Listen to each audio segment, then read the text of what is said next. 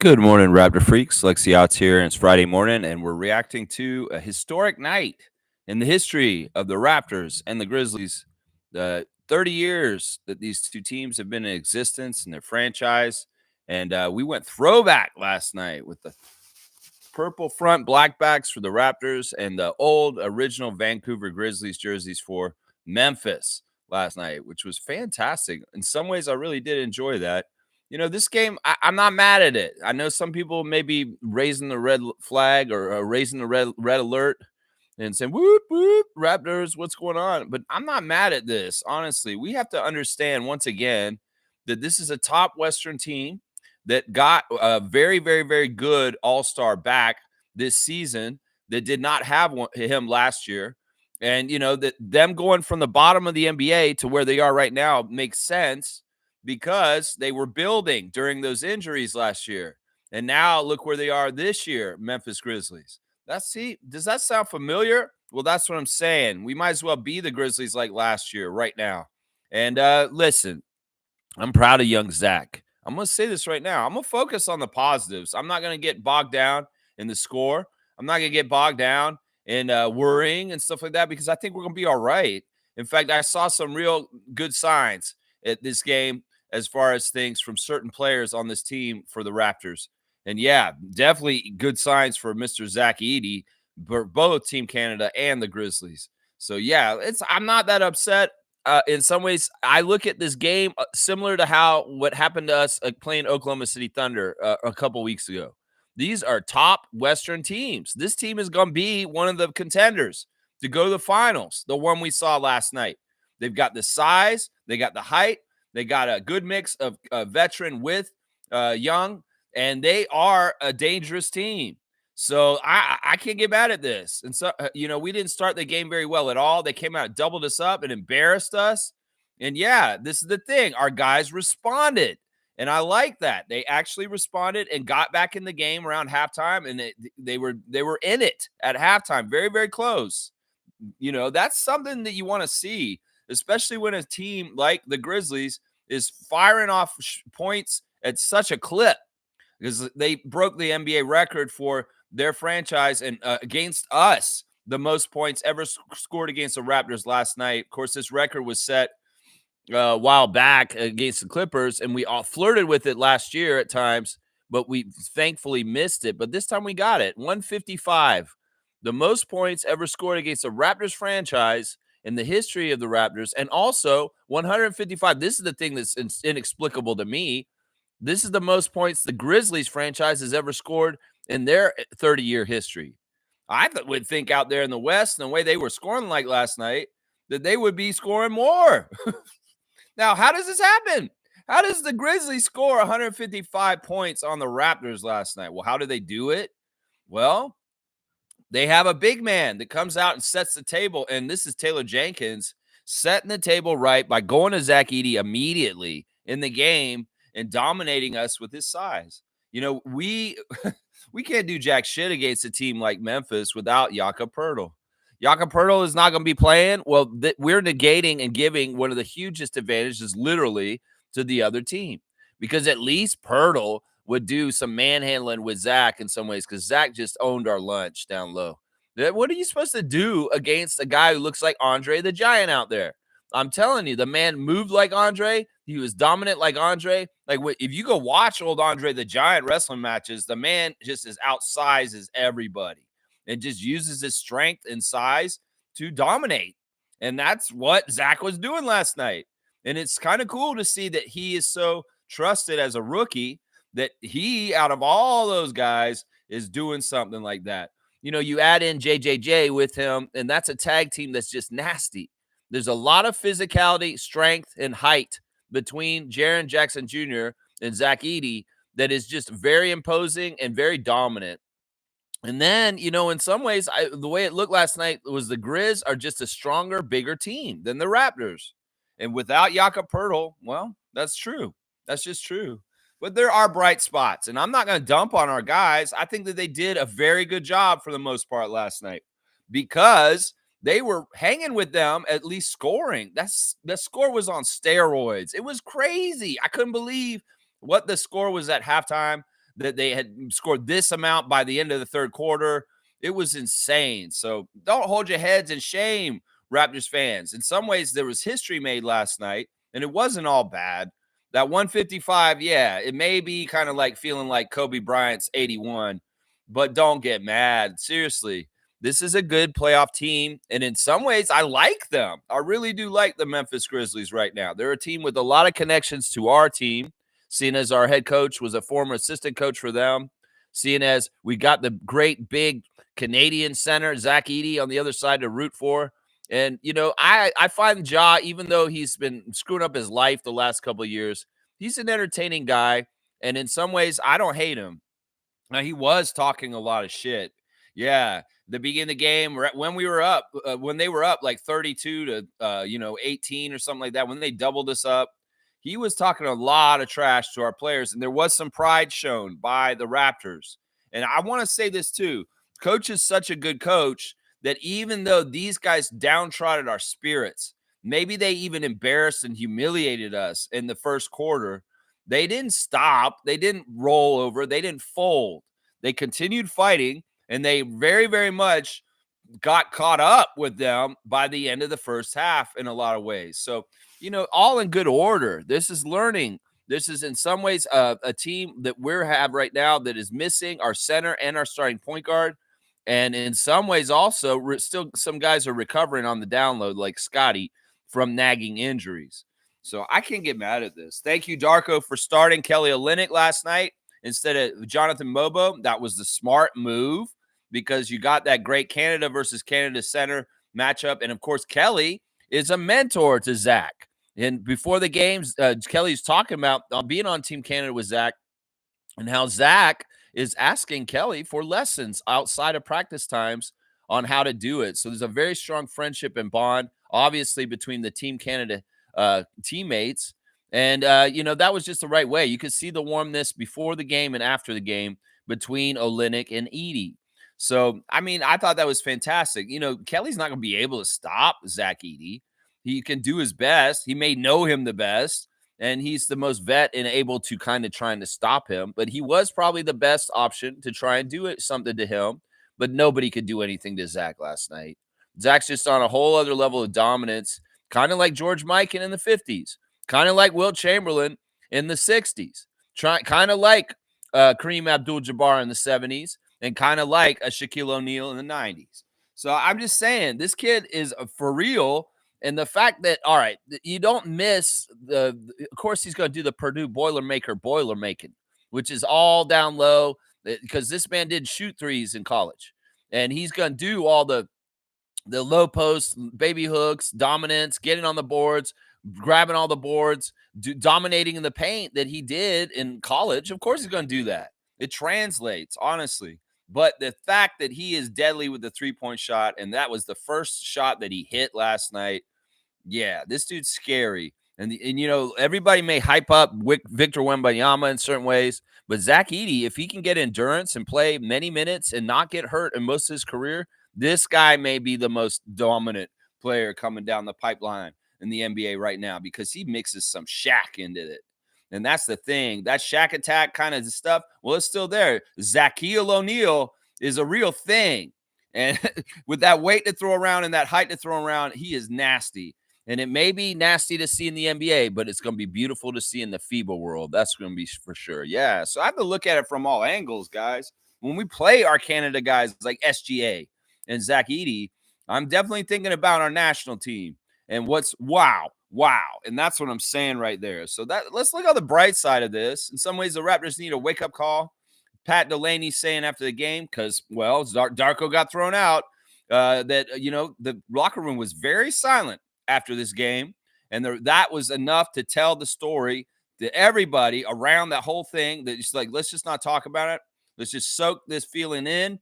And, we don't want this feeling no more. In some ways, it was embarrassing, for sure. Embarrassing. But also at the same time, it's a lesson that a young developing team has to go through to understand some things. I'm telling you. So it's not all bad. In fact, a record was made in the NBA wide, not just franchise wide for the Raptors, most points given, and Memphis most points scored. There was a record that had to do with our great country of Canada. 6 Canadians took the floor last night, and the most ever in a game ever. And how apropos that it's the two 30-year-old former Canadian and Canadian franchise that had that accolade. And also, 5 of the 6 managed to score in double digits. I really thought that AJ Lawson might get that half dozen to get to double digits also, because he's that kind of scorer. He had just shy of 5 minutes to do it, and he got to 6. If he had made a perfect on most of his shots, he would have gotten the double digits, and that would have been something special. But yeah, it was nice to see AJ get there, out there, and be the 6th Canadian to play in that game. Fantastic stuff. I mean, seriously, I'm not that mad. I know I'm wearing all purple today, but that's kind of in some ways to celebrate the retro of what was going on in that arena last night in Memphis. Man, let's get into it. I'm excited to have the comments. I'm excited to be back home. And in some ways, we got a 9:05 game today, too, guys. 4 o'clock, the Raptors 9:05 regular season will kick off at Paramount 5 Food Center against the Birmingham Squadron. And we will have the referee report for that. And yeah, we got to watch some G League game today at 4 p.m. So I hope you're free and able to join us in the YouTube chat to watch them play the New Orleans Pelicans G League team, the New Birmingham Squadron from Alabama. Alabama, yeah, sweet home Alabama. All right, let's see what y'all are saying in the chat right now. Trevor J, Commissioner of Fun. Good morning to you, sir. I hope you're having a great day today. When you stop chasing the wrong things, you give the right things a chance to catch you. I like that. I like that. That's pretty cool. You put a lot of energy into your life, and well, where you put your energy into is where the energy goes. And if you're using all your energy one way, you ain't going to be able to use it for other things that may be possible. Yeah, I like this. Commissioner J, salute to you, sir. Thank you. And let's get a great New Year's coming next week when we switch the calendar over to 2025. That's right. Trevor J saying, RJ looks so disappointed in the interview, like I'm tired, loser. Yeah, I don't like that. I don't like that. We have lost a lot of games in a row. And I was worried about this. This is why I was saying it's so crucial that we beat either Brooklyn or Chicago that week a little while ago, is that we need to break up this losing streak. But you know what? Maybe in some ways this is good too. Once again, I told y'all this color being around our team is not good. It's not good. You know, you want to go back to having 17 win seasons, 20 win seasons. Well, we're purple, Raptors. And that's what we got. Well, yesterday also, Sportsnet released the first part of their documentary series going over the Raptors' history, The Birth. And man, I have some comments on it. I'm not even totally sure if I want to do the reaction for that 45-minute documentary that came out on the first 5 years of the Raptors' existence. I may save it for tomorrow on a Saturday Share the Love Club, and we may be sharing the love for Isaiah Thomas. I'm sick of this shit. I'm sick of people putting Isaiah out there as the villain. I'm sick of people putting Isaiah down as not being a good businessman. I'm sick of people saying bullshit about this Hall of Famer who, you know what, when he was in Toronto, he was a badass and he did things right. And everybody can try and whitewash the history of the Raptors and trying to say Isaiah Thomas was the problem in our early Raptors history, but that is not right. And the press were part of it, accomplice for this, and the powers that be and the structure of sports in Canada sullied this man. And in some ways, they took him out of his ownership part of the Raptors in a very shady, fucked up way. Richard Petty, you get my 2-finger salute this morning. You're going to get it forever from now on, because who the hell are you? You are a loser. You've admitted yourself that you didn't even know how to handle the Vince Carter situation or Rob Babcock, you dumbass. And you're going to come and tell us on Sportsnet documentary that you know how to run the Raptors better than Isaiah Thomas? You fucking idiot. You fucking piece of shit. Richard Petty, you fucking corporate shill. You don't know what the fuck about basketball in any kind of way. And this franchise is bona fide because of Isaiah Thomas's good name as a Hall of Famer in the NBA. And you were fucking going to come in and replace his ass? Fuck you, Richard Petty. I'll fucking hate you until the day I die. I met you when I worked there, and you were a piece of shit then, and you're a piece of shit to this day. You fucking piece of shit. Of course, sports not going to put him on blast and tell his side of the story. Y'all going to act like you didn't give Isaiah a chance to talk. Yeah, you probably asked him, but you know what? He's on the record for what he needed to say. And in fact, you played the part on your show in the documentary with his side of it. He said, if I had to do it over again, I'd pick the people that I got in partnership in Canada better because I didn't realize there were snakes in the grass. They're going to stab me in the back like Alan Slate. That's what I'm saying. Fuck you, Alan Slate, too. I'm going to say fuck you to former owner of the Raptors, Alan Slate, with Labatt, you little bitch boy, motherfucker, fucking over John Batove at the beginning of the Raptors franchise history. I'm going to say this right now. The real ones were Isaiah and John because they built this team the right way and they were forced out by corporate business fuckfaces like Labatt, Steve Stavro, fucking Richard Petty, and fucking Alan Slate. You pieces of shit. You fuckers. John Batove, if he had continued to be the owner of this team past 1 year, the team would have weathered all that shit through right because he came at doing the job with his heart. His heart was in it, and he was doing it right. If there's anything I learned from that documentary from Sportsnet that dropped yesterday, is that money ruins everything. And businessmen making decisions about sports will fuck things up. And you motherfuckers from Labatt's, MLSC, future people, you guys are the ones who fucked up our team. Not Isaiah Thomas, not John Batove Jr. No, it was you motherfuckers that came in after him and forced John out, strong-arming him financially, and then strong-arming Isaiah emotionally and financially out of the team. So fuck all y'all that didn't know how to do your jobs and wanted to jump in there into a power position where the franchise was up and coming. Fuck you, Alan Slate. Fuck you, Richard Petty. And fuck you, Darrell Walker, also, you piece of shit, for telling Tracy McGrady he would never be anywhere. Yeah, I have a couple of those. And Kenny Anderson, fuck you too, you piece of shit. Those are my fuck yous from that episode of the Sportsnet Raptors history, The Birth. Plus that announcer, the narrator for that series, he sucks. Whoever that guy is, Tom, man, you're horrible, man. Your attitude and your cockiness and way you're calling that is just not necessary. And you're putting down our team on the down low. It's disrespectful, Sportsnet. Of course, Rogers Sportsnet, the baseball team's network. Then Hockey Second is going to portray our team as a clown show in the first 5 years of its existence. Fuck you, Sportsnet 2, for fucking taking pot shots at the Raptors in their early history. There's different ways you can remember a history of the Raptors, but you want to go ahead and put us out there as a clown show. Fuck you, Sportsnet, is what I'll say. I can't wait to see the next episode. Let's see how they handle the rise when Vince Carter shows up and that logo goes up with Vince at Oakland. Yeah, it's a good episode because I enjoy learning about the Raptors and hearing more from the personalities and the people that were involved. But fuck you, Richard Petty. Who the fuck are you? You're just some corporate asshole that was brought in to fuck things up. And you did. You fucked our team up real good all the way to the point of the Vince Carter trade. So Richard Petty, you are oh my God. He may be one of the people that I hate the most now in Raptors history ever is Richard Petty.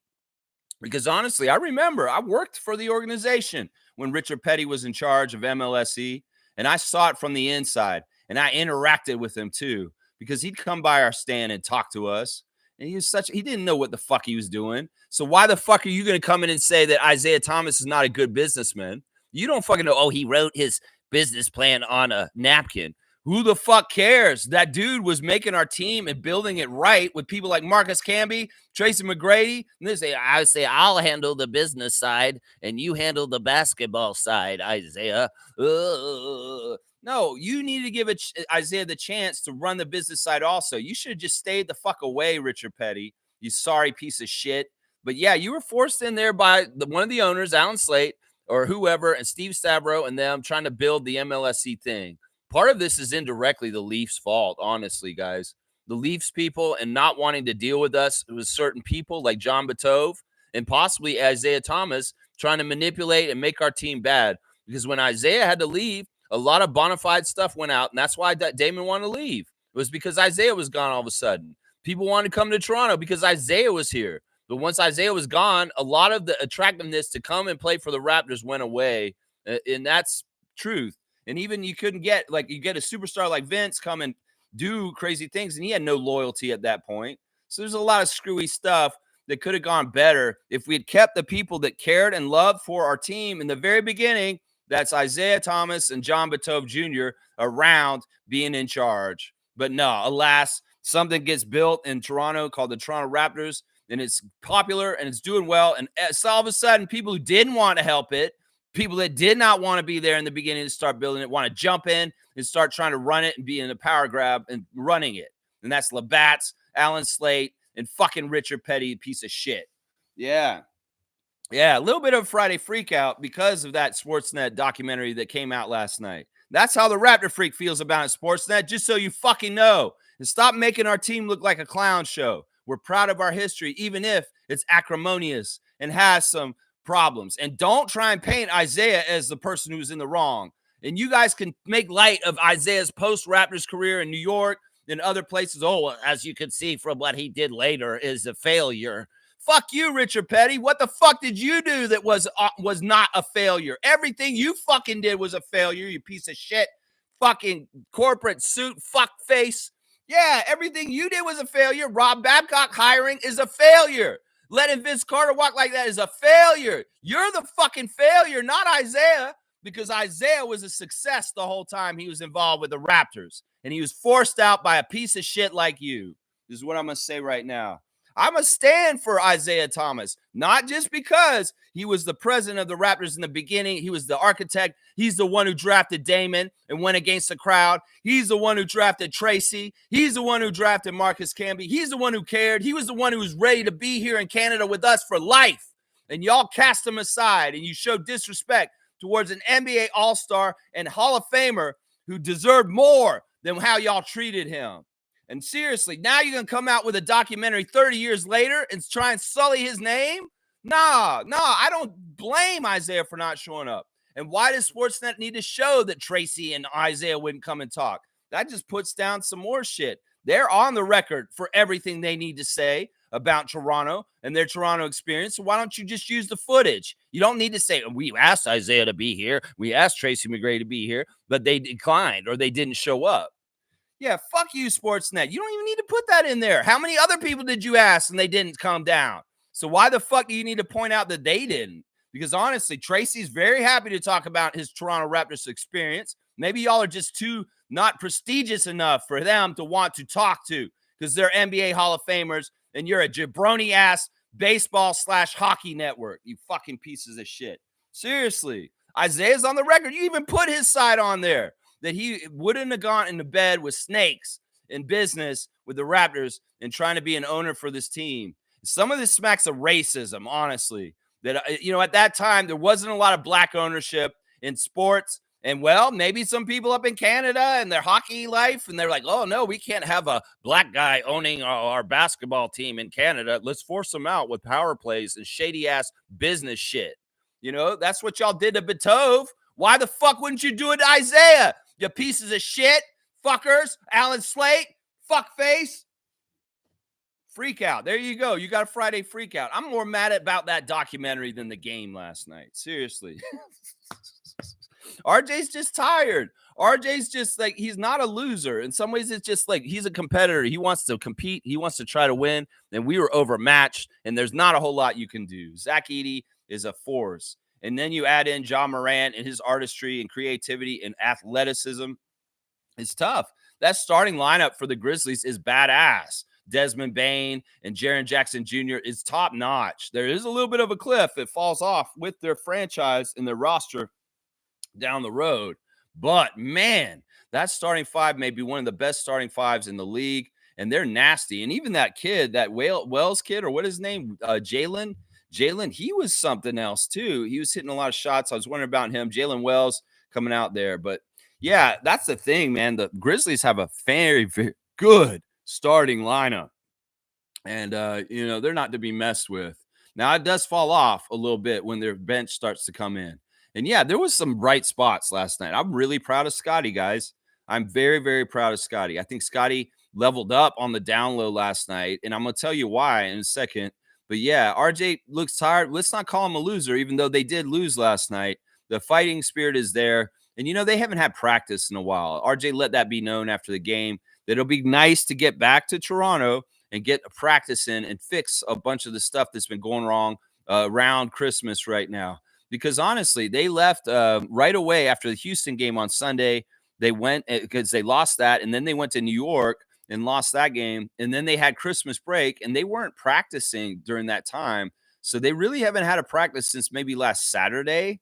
almost a week, and they had 3 games since, and they've all been losses. So there's a lot of adjustments and film and watching stuff that they need to do to get back on track, and they will hopefully against the Hawks on Sunday here in Toronto.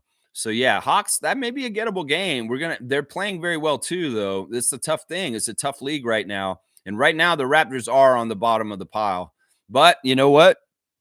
There's only one way to go, and that's up at some point. We're not going to go below Washington. At least I hope not, unless they really, really want to try and get the number 1 pick. I don't know. Trevor's saying first time in the NBA history we witnessed 6 Canadians players take an NBA court. Yeah, I'm very proud of that. Brandon Clark was available this year, so he could be added to the 6th number. Chris Boucher, of course, and Zach, and then of course RJ and Kelly, and then AJ. Yeah, it's fantastic. It just shows where the game is growing. And RJ commented on this. It's like he's proud. This is where we're getting to as far as a nation. The Carter effect is real, and seeing these guys. It was announced that. Zach Edey told them that when he watched the Raptors win the championship in 2019, it motivated him even more to get more into basketball. Because we got to remember that Zach was a multi-sport guy. They showed pictures that Matt Devlin took during the broadcast of big, huge Zach at 9 years old, looking like a giant then, playing hockey against Matt Devlin's sons. He was also a pitcher in baseball, and he had a lot of options for his athletic outlets. And well, he said that he's on the record for saying that when the Raptors won the championship in 2019, he pivoted really hard towards basketball, and rightfully so. I mean, your frame and size is just so ideal for being a Hall of Famer in the NBA. And that's pretty cool. There's the Carter effect, but there's also going to be a Raptors championship effect that's going to come too. And down the road, we'll hear more kids saying, I started playing basketball not because of Vince Carter, but because of Kyle Lowry, Fred VanVleet, Pascal Siakam, and Kawhi Leonard and what they did that year. So, yeah, it's very, very interesting. Smooth's here. Good to see Reggie. Memphis had a franchise record for points last night. Yeah, they did. I mean, in some ways, I'm not surprised by this because the NBA is trending up with the scoring. The three-point shot is making it a little bit more enhanced. And, these kind of scoring records can get broken more and more, especially as the NBA cuts the nuts off defenses over time and also really enhances the ability to score.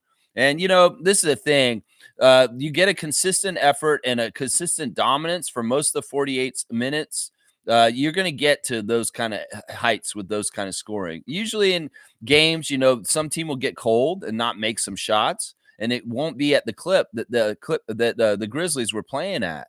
So there's a lot of different reasons why they achieved this number, and it's a testament to them being a very good team that doesn't mess around. And also give credit to Taylor Jenkins. They were a team that was dominating, and they could have let off the gas at any time, but they didn't. And they hit the gas pedal the whole game, and boom, 155 points. So there's usually lulls where a team won't be like so crazy, but they were consistently crazy good on their offense the whole time. The Raptors couldn't do anything to stop them. They really did have the ingredients right. Jenkins, brilliant to go to Zach immediately and dominate the paint. This is why I tell everybody the paint and the big guy is the most important player at the beginning of the game because they protect the rim and set a precedent. And if Kelly Olynyk cannot stop his Canada teammate, Zach Edey, he's going to feast for lunch all day long. And that's why you got to set it right away and say, no, Zach, not tonight. You're not coming in here because our Austrian's back. And that's hopefully what will happen the next time we play Memphis here in Toronto later this season, is that Jakob will be healthy and he'll be able to put up some sort of resistance towards Zach Edey so that he can't get Memphis Grizzlies rolling like they did. In some ways, Raptors fans, do not get despaired. Listen, if we had Jakob last night, he would have negated Zach way better than what we did last night than letting him get a 20-10 game. So just realize that, seriously. And don't get all crazy and overreacting to this game for that. Scotty looked disinterested. At this point, though, what choice do the Raptors have but to lose as much as possible? It's not even really a choice. It's just do what you do. I'm telling y'all, if they're going to short staff the team with injury list people, and we're going to lose on, naturally so be it. That's what I'm telling y'all. It's not that we're trying to lose. It's just that in some ways we're overmatched and we're just not we're not at that point in our rebuild. Really, seriously, this is the very beginning of our rebuild. And the Grizzlies have been in a rebuild to an extent in the last couple years, and they're just starting to see the signs of good stuff. I've used the example of Orlando and Cleveland recently as other teams that are examples of this. And it's going to turn for us at some point in the next couple years, and everybody will be like, okay, the Raptors are all right.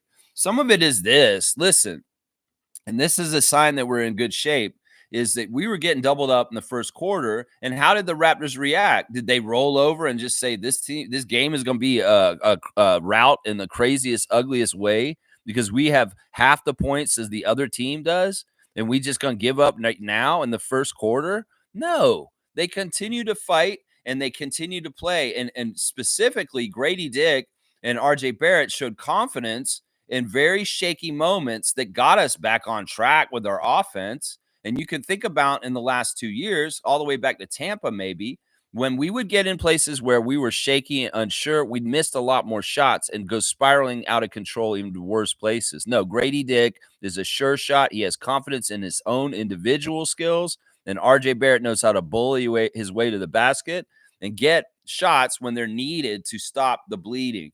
And that's the thing I like to see last night. In the first quarter, those guys stepped up and made very, very important key shots to stop the bleeding and stop the Raptors from being in a bad place and actually ignite them into coming back and trying to even up. I'm telling you, mentally, our team could have checked out right away by the dominance of Zach and also Ja Morant talking trash and telling us we're garbage to our face. Those guys could have gotten down on themselves then. But no, they're competitors. And they did not break their spirit, and this is not how coach coached them.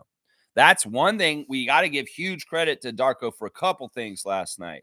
And one of them is that this team has always been relentless. The whole entire time that Raptors have had Darko as their coach, they may not have won a lot of games, but the team never gives up, never quits, and always comes with good energy, and they stay together too. You can see teammates, and that's the problem. You get embarrassed like you did in the first quarter last night. You lose connection, and you start passing the ball off each other's hands, and there's more turnovers. You're not getting things right. But no, the Raptors are dedicated to staying together, and they are not getting into these really bad places where they look awful because they're not connected anymore.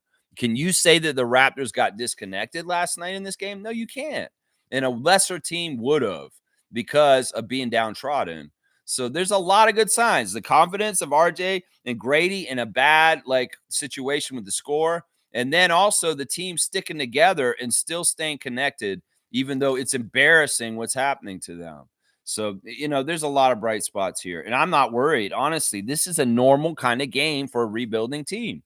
It's maybe not usually this high. And some people get all bent out of shape. Oh, it's the highest points they ever scored. It's the worst loss in franchise history. Some ways you're right. It is one of the statistically worst losses in the history of the Raptors. And what is it about Boxing Day anyway? Yeah, we can think back to the Boxing Day in Cleveland a couple years ago. Maybe they're trying to make some sort of debacle for us on Boxing Days where we have to play a crazy team because we're shorthanded in some sort of way. There's been two of the worst losses in Raptors history on Boxing Day. 2 times in the last 5 years. Yeah, let's keep going in the chat.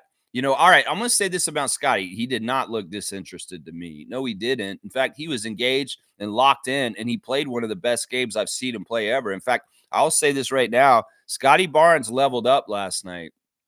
He did, because honestly, he took some initiative in the way I've been crying out this season to do something, like step up against the opponent, the eye of the tiger. Take the challenge of your rivals. And in some ways, he took the challenge to Ja Morant last night. There was a middle part in the game where Ja was trying to take over and stuff. Scotty basically played defense on Ja himself, shut him down on a couple possessions, and started scoring himself the other way. That's what I'm saying. Scotty took some initiative for being a leader on our team in a scoring way and got more aggressive and started making shots. And he was doing it the right way, the ethical way, inside the paint, and not just jacking up lazy threes. Scotty got engaged in this game in a really good way. I see the opposite of what you're saying. And he was trying and doing stuff. But like I said, the dominance of Zach Edey and JJJ It was just too much. In fact, Scotty was taking it to JJJ, a defensive player of the year in recent years. And a guy that there was at one point where he's riding Scott all the way up the court, and Scotty's yelling and screaming, and Jaren Jackson Jr. is on his shoulder. He's like dribbling up. And JT Orr and them ain't calling nothing. And this is part of why Darko melted down.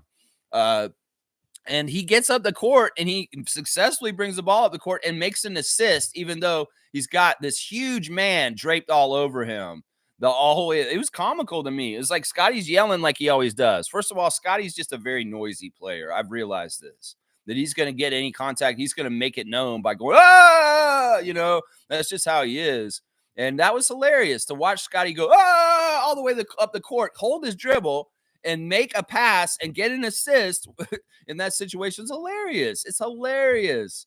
And Scotty, you're awesome. I saw you trying to take over. I saw you successfully making baskets, and I saw you carrying us, even if you didn't have enough help, even if we were already way too far behind.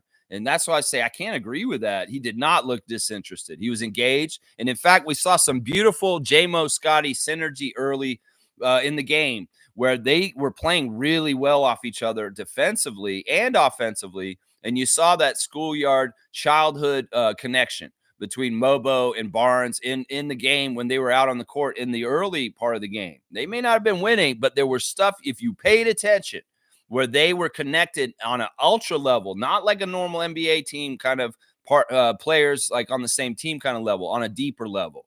And Jonathan and Scotty showed that synergy that they built since they were little kids was out there last night. So there was a lot of good signs of things last night. I'm going to say this right now. A lot of good signs. Yeah. Kareem saying it's pretty impressive how instantly non-competitive the Raptors are without Jakob Poeltl, literally dead on arrival. I mean, in some ways we could look at this as being, this is the easiest way for Bobby and Masai to manipulate a tank, is just take Yak out of the lineup. I mean, the stats don't lie. It shows you exactly what the difference is last night. I mean, if you don't have a guy who has that size as a backup, well, you're screwed. The Boston Celtics have a Cornet, and Cornet is an instant like backup right away with size in any of those situations. And somebody that's very smart. I wish we had a backup big like that could be inserted if Yak is out, that's going to have that kind of size. Maybe Bruno Fernando should have played again last night. Who knows? I don't know if he could have muscled with Zach. In some ways, it's funny seeing Zach talking trash to Kelly, but shooting threes over him, and then Kelly shooting threes back at him. There was a little bit of that in the beginning of the game. Kelly's going to leave Zach out there, and Zach's going to bomb threes. Well, Kelly tried to do the other way, and he did hit a couple threes back at him. So, yeah, it's interesting. It's very true. With or without Zach, I mean, Yak, yeah, we can't beat Zach without Yak. That's the damn truth. That's right. Trevor's saying last season, the Grizzlies were looking just like how we are right now. It's tough, but it's going to turn into wins. This is exactly right. And they're saying on the broadcast that don't get your heads down, Raptors fans. Grizzlies fans were like us last year, losing in misery without Ja Morant out there. I mean, Ja Morant and Emmanuel Quickley aren't exactly equal, but there are a lot of similarities to their player builds and what they bring to their team to help their team win. And in some ways, if we get Emmanuel Quickley back for real and have him play for most of the season, the added bonus of him coming back, it may not be in the scale of Ja Morant returning to the Grizzlies, but it is a similar type player with a similar type kind of, ability to score and get around quickly. So I'm just saying this is something that, you know what, we're just in it, the middle of it, the quagmire of this bullshit right now with the rebuild and injuries. Injuries a huge, huge issue for the Raptors this year. Huge, huge issue. Nameless saying Darko's my favorite coach in the league. Yeah, I think that Nameless saw passion last night that we all saw that was badass. This dude really cares. And honestly, you know what? Like Matt Devlin said on the broadcast, this reaction last night was not necessarily from this game. It's a buildup from games that we've had this season, where the referees are just not respecting our players with foul calls, too many non-calls, and he's just sick of it. At that point, he had just broke, and he went out on that court, and he let JT Orr have it. In some ways, I like JT Orr a lot, and I didn't think that the refs were that bad last night. There was a little bit of screwiness from Mitchell Irvin earlier. Like there was that one play where we inbound the ball. There was 5 seconds to go in the quarter, and we were all juiced up and ready to go. and he iced us. And I hate that. They ice us all the time. It's the same thing as like if somebody's going to take a free throw and the other team calls a timeout to make them have to think about it and wait, and then hopefully they miss the free throw when you come back from the timeout. Well, this wasn't even a timeout or anything. We literally had the ball in bounds and we're coming across half court. And Mitchell Irvin calls the whistle to dead ball the game in the middle of the game for inexplicable reason. He'll probably say it was a shot clock thing, but Darko went off. Darko's like, why did you stop them right there? It's like kinetic energy gets built up. And when you ice play and you're trying to stop them from being good and like able to get down the court, well, it was bullshit. It was absolute bullshit because you get a stoppage of play, just like when they go and watch their cartoons and challenge plays or whatever. It kills the energy of the game and getting up and down the court. And they tried to kill the Raptors running up the court. Why do you even need to do that? They're routing us, Mitchell Irvin. Why the fuck do you need to do that to us when we're trying to get by? It's frustrating. It's like stop, go, red light, green light. And, well, it didn't matter because we're such badasses. RJ got a 3-point play, even though in that 5 seconds, even though you tried to ice us and take away a last shot at the end of the quarter. Yeah, that was bullshit. That was absolutely ref manipulation, Mitchell Irvin. I saw what you did. Then Darko let you hear it for it. But you know what? You didn't succeed because we're badasses. We got the ball in place. There was a nice play drawn. And RJ ended up getting a lay-in and a foul also and getting a 3-point play. So, yeah, F you, Mitchell Irvin, for very blatant dead ball call when we had the ball already inbounds. And I also see you holding the ball from Scott and not allowing him to inbound the ball quickly because you're looking up the court and you're holding it. And then you give it to him after you see that Grizzlies are back on defense. Yeah, it's bullshit, man, because you know that Scotty has a good arm to pass. We saw it last night. He did a little bit of a Lowry pass, Hail Mary, high arcing shot pass. It was perfect, and we got a score from it. Chris being the wide receiver. Yeah, we know that what your ref manipulations are. Mitchell Irvin, you're fucker. You're a fucker for what you were doing last night with holding the ball and not allowing the Raptors to inbounds the ball. Seriously. That's messed up, man. It is messed up. Yeah, Darko went off. The passion, Scotty had to hold him back. Did you see Scotty hold him back? And he's like, and you saw how pissed he got. Man, I love my coach. And seriously, that is a sign right there. This man's going to have to pay his own money. That money could be going to charity. He probably match that money and go to charity to Sick Kids Hospital.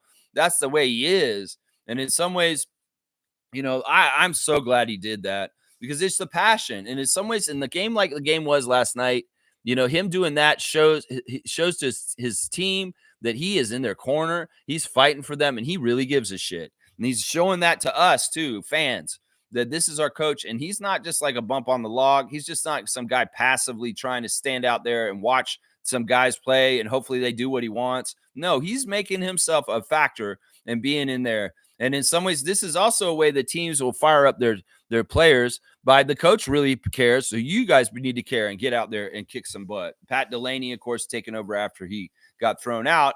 And that was interesting. You know, Pat's not going to be the same kind of coach as Darko. Darko's very vocal and very engaged, very, very engaged in the game. So salute to you, Darko.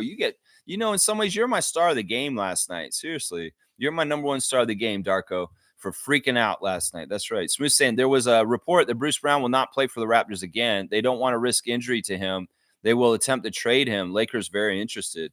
This is interesting. This is very, very interesting. So that's the catch-22. Do you want to bring Bruce out and play him and show him off so that you think he gets his trade value up? But if you play him and he gets hurt, that really hurts his trade value. So in some ways, it's like sight unseen, buy the package. And, well, we can't tell you whether the package is broken on the inside. This is very interesting. I had not heard this stuff yet, this rumor. But I could see this being the conundrum for Bobby Masai with Bruce Brown because, oh, man, what do you do there? Man, this Bruce Brown thing has just been annoying. Honestly, stop teasing us, cowboy, and just go ahead and come back or just get traded. Seriously, I'm sick of this shit. Yeah, go to the Lakers. That'd be great. Smooth saying, as for Jakob, Raptors are telling teams they don't intend on trading him, but will listen. They've set the bar very high for him, and rightfully so.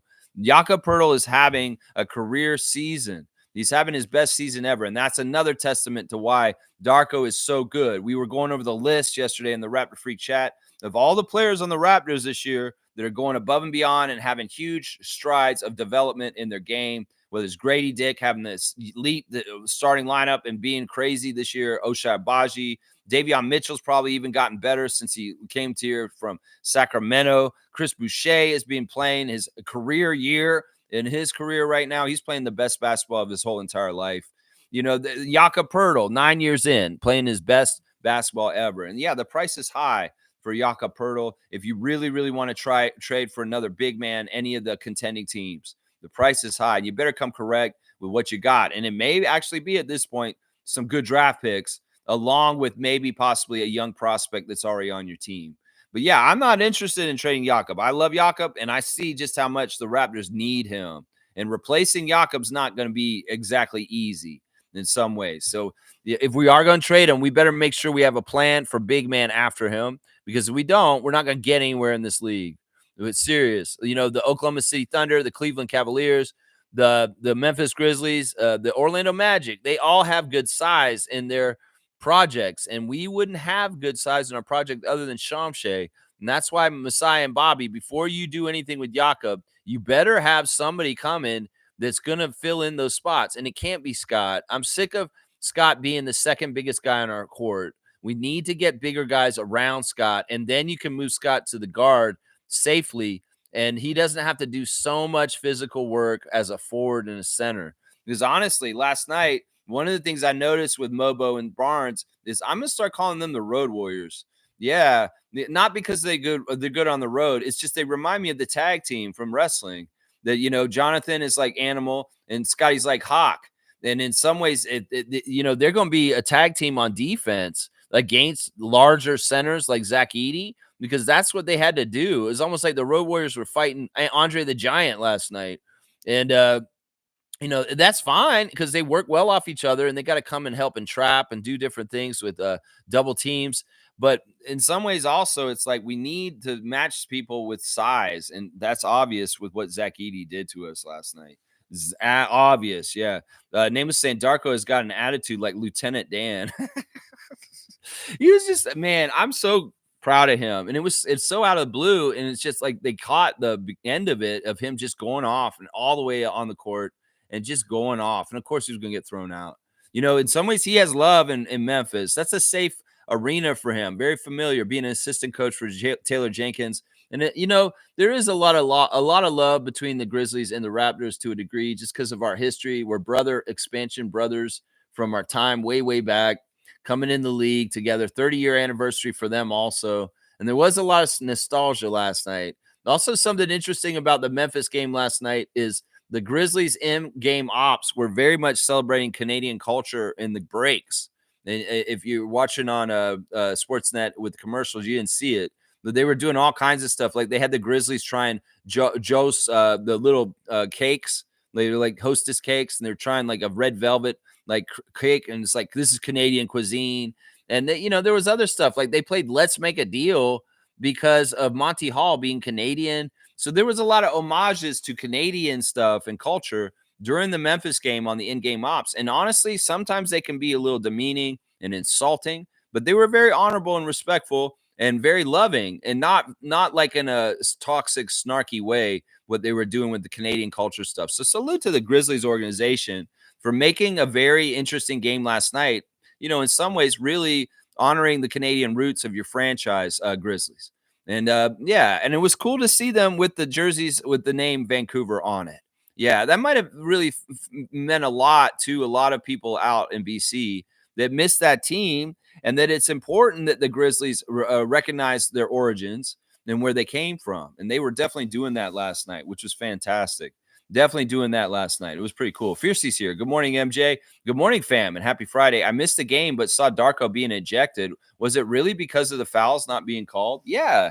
And even the play where he got all mad, it wasn't really even totally looking like it was a foul. But, it's just the buildup of RJ and Scotty and Grady not getting any respect with physicality when they're around the basket and getting fouls. The referees are just not respecting us in the same way they may respect other teams and getting people to the line. And he just got really, really mad. It was a non-call where Scotty kind of got fouled in the lane, and it's dead silence. And, it's just, what we're talking about. We've seen it all year. And well, he finally snapped on it and he came out there and went crazy. It wasn't any particular play, even that one. It was just the last straw at that point.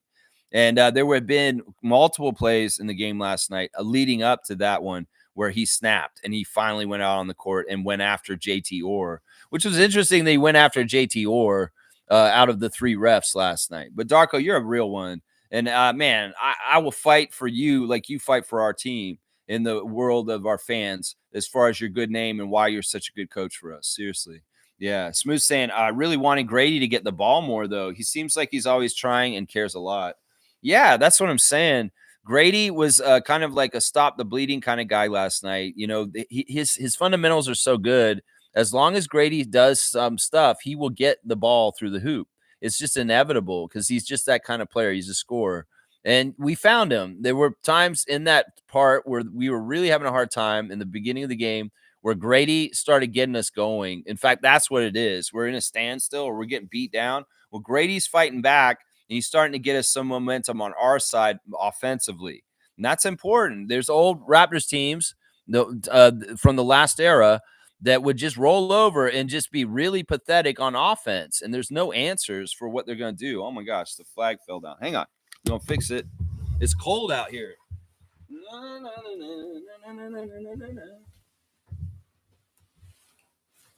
right, let me put this up.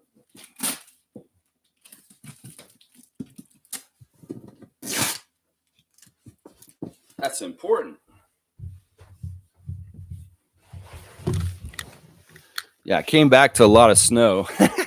There's like a lot of snow outside. All right, let's keep going. Country Kong, good to see you. Return to the chat. We love our friend Country Kong. How you been, JP? It's been a little bit, and I hope you've had a wonderful holiday season. And welcome back, Raptor Freak Country Kong. Lex, good morning. Just want to check in and say hello. To be honest, when I look at our schedule, I knew this year was lost. I haven't seen many games this year. Still a freak. Happy holidays. Well, you know what? I say this to everybody. If you cannot handle everything like this, in some ways you got other things you want to divert your attention to in your life, I totally respect that and understand. You're still a real one. And I know that when things get right side and they're in better place, you'll return and you'll be with us more. Yeah, the schedule has been absolutely dreadful for the Raptors. And hopefully in the new year, we're going to get more chances to win because of health and also because the schedule is easier because the teams we're playing. And yeah, this is totally true. Country Kong, I salute you and I appreciate you, man. Happy New Year. And thank you for coming back and checking in with us. Yeah, we're going to do a game in January, the 18th or 19th. Valley Suns at 9:05. We're going to go to that game as the next Raptor Freak Hangout, JP, if you can make it.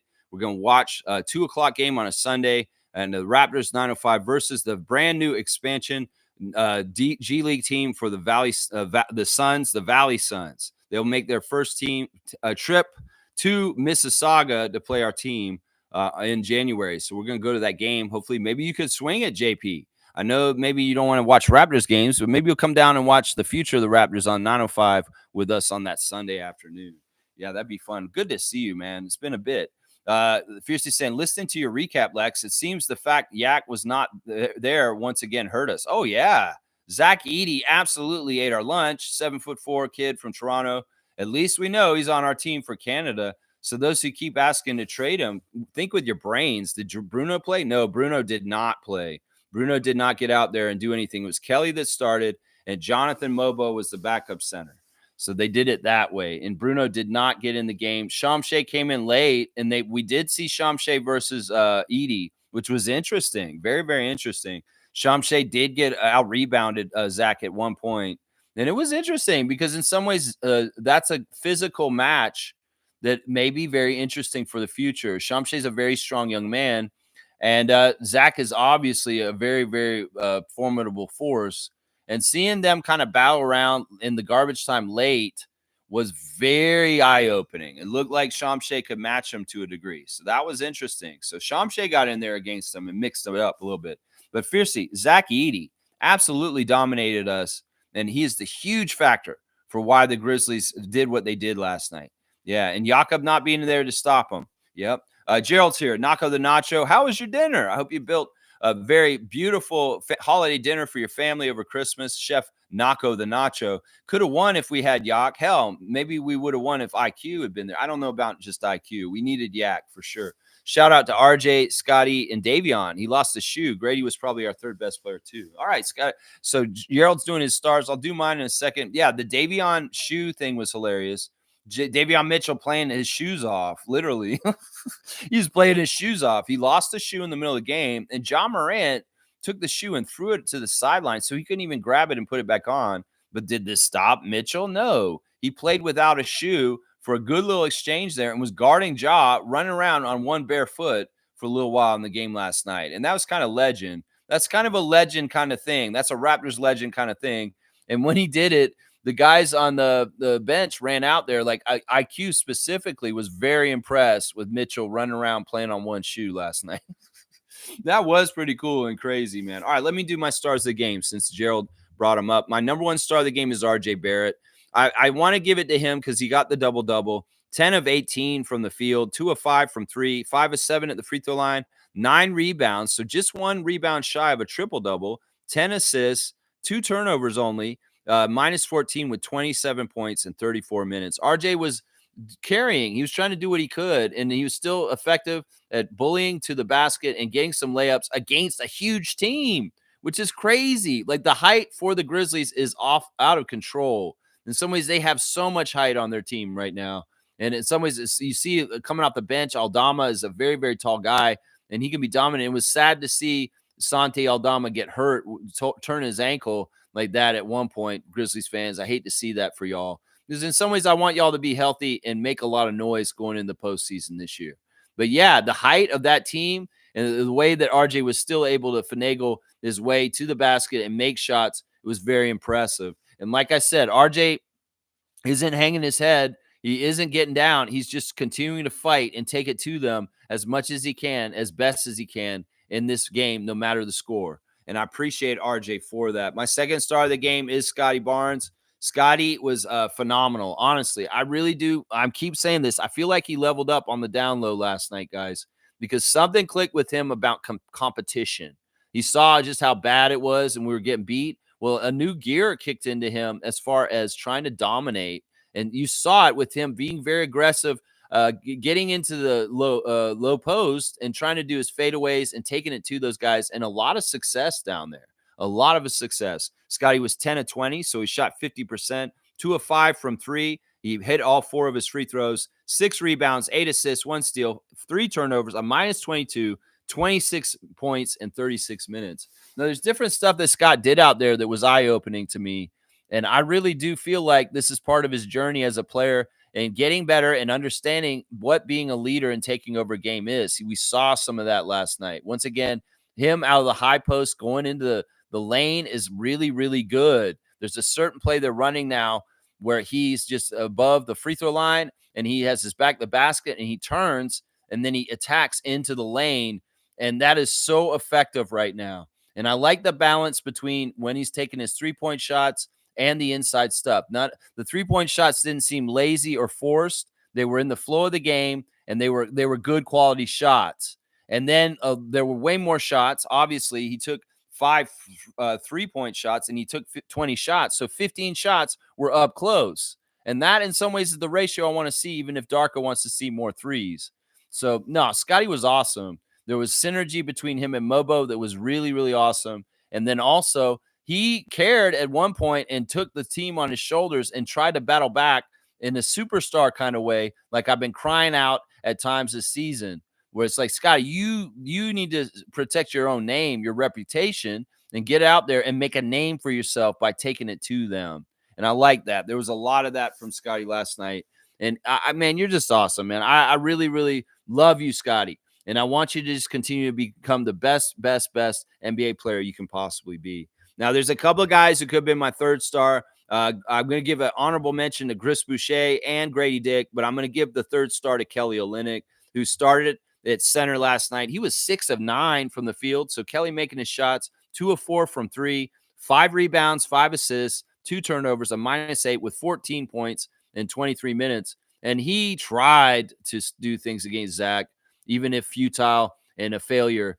But you know what? Kelly was still really good in a lot of different ways out there. The veteran smarts of Kelly Olynyk came in handy at different times in this game. The other thing I noticed last night is some of those guys who played in the Western Conference, like him, Abaji, and Davion Mitchell, have more experience playing against the Grizzlies franchise and also Ja Morant specifically.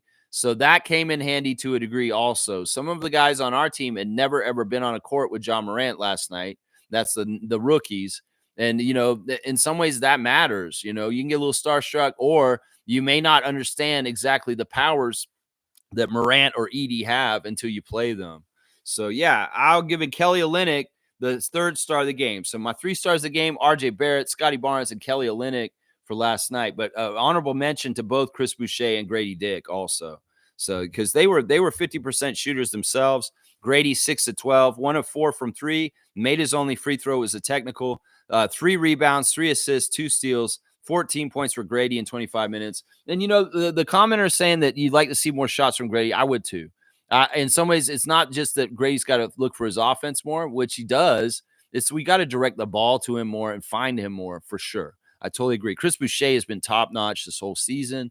You know, there may have been a time where he got DMPs in the middle there, but he is a rotational player and he's playing really, really quality basketball right now. And I love it. 6 for 12 for Chris, 2 of 5 from 3. He hit his only free throw, 5 rebounds, 1 turnover, 15 points in 21 minutes, a -9. Yeah, Chris is just solid, man. He's just solid. And I appreciate your hustle, Chris, and everything you're doing out there. And I can tell you're enjoying yourself, even if y'all are losing. You get it right now. I love it. I love it. All right, let's keep going in the chat. Let's see. Nameless is saying Ja should have got a technical when he threw Davion's shoe. Yeah, that was pretty dirty because in some ways, all right, there's 2 ways you can look at it, Nameless. There's 2 ways you could look at it. He could be saying that the reason why I threw the shoe is because his obstacle is dangerous for everybody. And, you know, when something is thrown on the court by a fan or something like that, like a chocolate bar got thrown on the court in a 905 game once. You know, they want to get it out of there because it's an obstacle. It could hurt somebody. So maybe Ja Morant, if they came at him and say, yeah, you threw his shoe away, that's dirty, so he couldn't put it on. But maybe Davion couldn't put it on. Ja could make the argument and say, well, it's an obstacle that's dangerous for everybody else. We need to get it off the court. But yeah, it was a little But you know what? Davion was like, you know what? I don't care. I'm gonna do it. I'm gonna play anyway, and I'll continue to guard you. So don't matter if you do that. So yeah, that was interesting, that whole little bit. And you know what? Kudos to Davion as far as like just continue to play through it. And well, he got his shoe back eventually, even if Ja Morant threw it off there. Yeah, I mean, maybe if they were being sticklers, maybe if it was somebody on our team that did it, maybe they would have called it technical, but they didn't. And maybe there's a rule. Maybe the players are allowed to throw people's shoes off the court if they lose their shoes. Tie your shoes better, guys. Fiercely saying Darko is more sensitive, probably because he was playing against his old team, so he does have to prove a point. I don't think that's what it was, Fiercey. I don't think it had anything to do with Memphis. I think it was just the boiling point of and it wasn't just from this game, like Matt Devlin said on the broadcast, is that this is building. This had been building for weeks, maybe even months since the beginning of the season, that Darko was going to go off like this, and this was just the moment. In some ways, it was a good timing because this game is a blowout. And you know, his presence, being the top coach for us, was not absolutely necessary because we're on our way to losing by a lot. So yeah, I think this was not even for that play, not even for this game, and not even maybe for this week. That tirade was coming for a long, long time. Was built up over time. You know, it was built up over time. Yeah. Let's see. Nako's saying Scotty makes it look easy. I think Edie having a Wemby ceiling is generous, in my opinion. He's a great role player already, though. Going to have a great career. No, Gerald. You've got to understand this. He has something Wemby doesn't, and that's post play. This is the thing, man. The NBA has got people that are young just not understanding what the NBA used to be like with this dominance of Shaquille O'Neal. I'm telling you right now, Zach Edey has the ability to be as dominant as Shaq in today's NBA. And that is something that is not to be laughed at. That is not something to overlook. And that's not something that Wemby has, because Wemby is not strong like Zach is. And this is the thing. Zach is a 2-year college player of the year in Purdue. And he did it on that level. And everybody wondered if he could do it on this level. Well, I saw last night he could do it on this level. How is anybody going to stop him? If Ja Morant and Desmond Bane could lob the ball into him in the post, he's going to be able to shoot over anybody at 7'4" and that length. That's the thing. It's Wemby's skinny as hell, and he's very tall. But Zach is big and very, very tall, and he's not normal tall. He'd be out there with Jakob, and he'd tower over him also. So this is the crazy thing. You know, Wemby is a different kind of player. Wemby, in some ways, is maybe more lithe and able to move around quicker, but he is not as strong as Zach, and he cannot dominate the post like Zach can. And in some ways, I have more faith in Zach Edey doing some things in the NBA than Victor Wembanyama. Seriously. And it's only because of old school mentality, old school ways. Patrick Ewing's league, Akeem Olajuwon's league, Bill Russell's league, Wilt Chamberlain's league is Zach Edey's league. And maybe Victor is the sign of the future, but there's old building, old player build like Zach Edey around. Well, he may show. In some ways, Joel Embiid is like this. It's like if there's anybody in this league that's going to be like Joel Embiid, well, it's Zach Edey is what I'm seeing. So I don't know, man. The ceilings are different. Maybe everybody is saying what you're saying, that Wemby's ceiling is higher than Zach's, but in some ways I could see that being not true.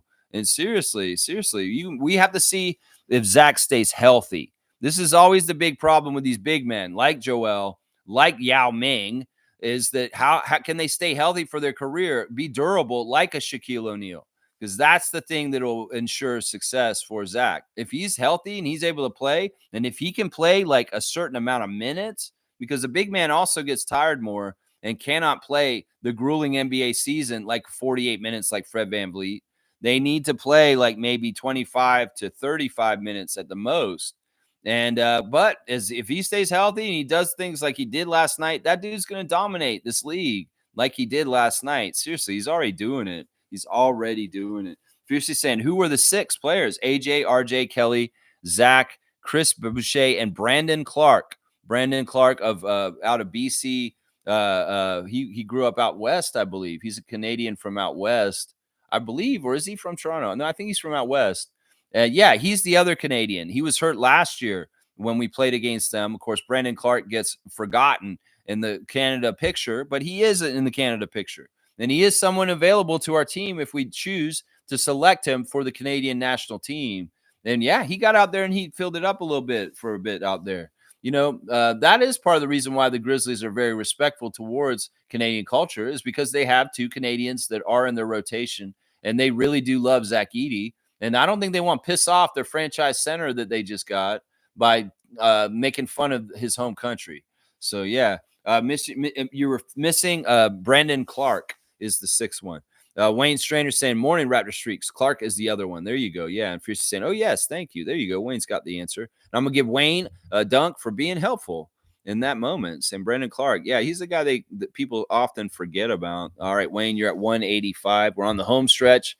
The dunks are going to be rolled over for next year very, very soon. We're going to start the new year. We'll see how it goes. Yeah, let's see. Smooth saying, apparently Isaiah Thomas was given an opportunity to explain it in the documentary, but refused, Lex, other than recordings of what was said years back. It's not that he refused. He said he was going to do it, but he didn't show up. You know, listen, once again, people don't have to respect Sportsnet in some ways. You know, Sportsnet is not for the NBA. And maybe Isaiah, I mean, listen, he's a busy guy. He's doing coverage for the teams still on NBA TV.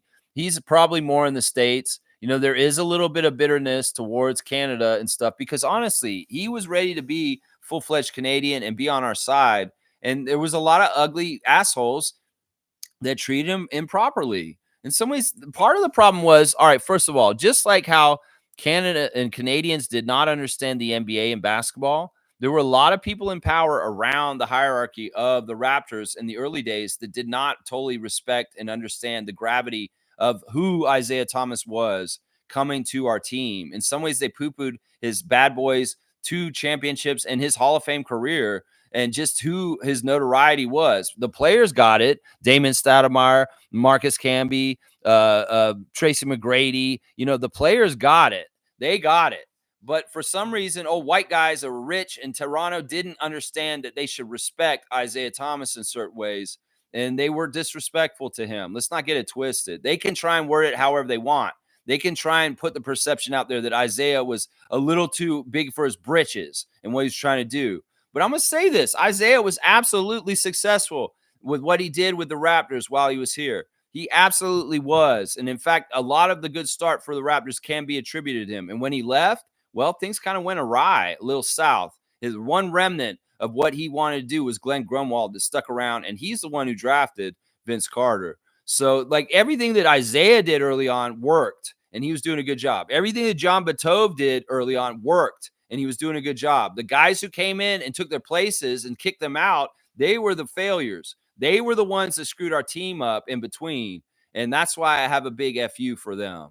So, yeah, you guys can go ahead and paint Isaiah as the bad guy. Use the press to make it sound like that. Yeah, he was pissed because in some ways he had an idea of what he was walking into. Was he wanted to be an owner and run this team and help us up here, and he was. And y'all did not give him the full agreement. And no wonder he was like distraught and upset. And it sounds like from the interview and what Isaiah said in his side from the pre-recorded stuff is that they strong-armed him out financially by saying, he said his heart was into it still. It's all in the documentary. You can hear it. It's right there.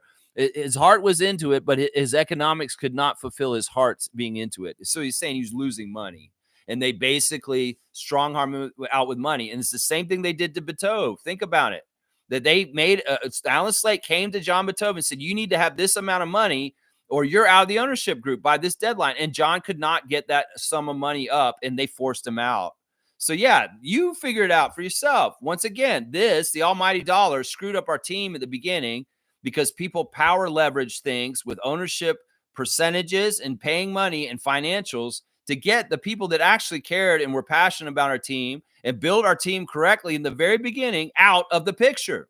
And that's what I learned from that documentary, that power corrupts, that money people come in and screw things up, and that also the people that really cared, that made our team successful, were forced out prematurely by these assholes. And that's what I say about this, because that's what I learned from that documentary last night. Some other people say, oh, I'm watching it, and I know Isaiah's just a bad businessman. That's why it is. That's what they tried to portray it this whole time. But that's not what it looks like to me. It looks like a passionate, knowledgeable person who knows the NBA, who was the most qualified to do what he was doing right now, got forced out financially by a bunch of rich old Canadian assholes, is what it looks like to me when I watched that thing yesterday. That's what I'm saying right there. Yeah. Yeah. I mean, watch it and watch it again and listen to what Isaiah says on the recordings. And that's enough. Why does he need to circle back and feel the pain of what happened again? Because they both let it be known, John Batove Jr. and Isaiah Thomas, that it hurt that they lost their ties to the Raptors and they had intended to be lifers. And how the hell you get the team finally there and you only get 1 year of being the owner and you get forced out by a partner that stabbed you in the back, honestly, Alan Slate. He stabbed John Batove in the back. And, Steve Stavros said, I won't work with John Batove because he's in my family and I hate him. And we have a family grudge. And that's the other thing on the down low people don't realize is that John was forced out because Steve Stavro of the Leafs, who owned the Leafs, said, I will not marry the Raptors with the Leafs in an arena as long as John Batove is the owner of the Raptors because I hate him. And it's a family thing because he's my cousin and we have a family feud. Nobody would talk about that on Sportsnet. That's why John Batove had to leave, is because Steve Stavro hated his ass and he wouldn't agree to putting the teams in the same building until he left. So we're in a bad place because we got to build this building because the NBA is breathing down our necks and said, y'all can't play in the Sky Dome. Sky Dome is not built for NBA, and y'all are on a contract to build the arena for an NBA team, and you got to get it done. And in some ways, you don't build that arena without the Leafs being involved. And the Leafs strong-armed John Batove out. And that's what I'm saying. And by extension, Isaiah Thomas. So you guys want to know the truth. Raptors Freak will tell you the truth that Sportsnet isn't putting out there right now. Because I fucking looked at this, and it's in Prehistoric, William Liu's book. You can read that book that William Liu put out, and you'll see exactly what I'm talking about right here. Yeah, it's just how it is, man. It's just how it is. Give it to him, Lex. Give them to him, Lex. Yeah, Damus, I'll give it to him.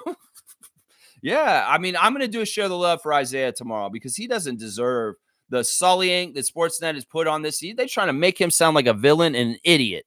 And he is not either one of those. That man got our team off the right foot. In fact, without Isaiah Thomas, maybe we would have gone like Vancouver, stateside, and lost our team.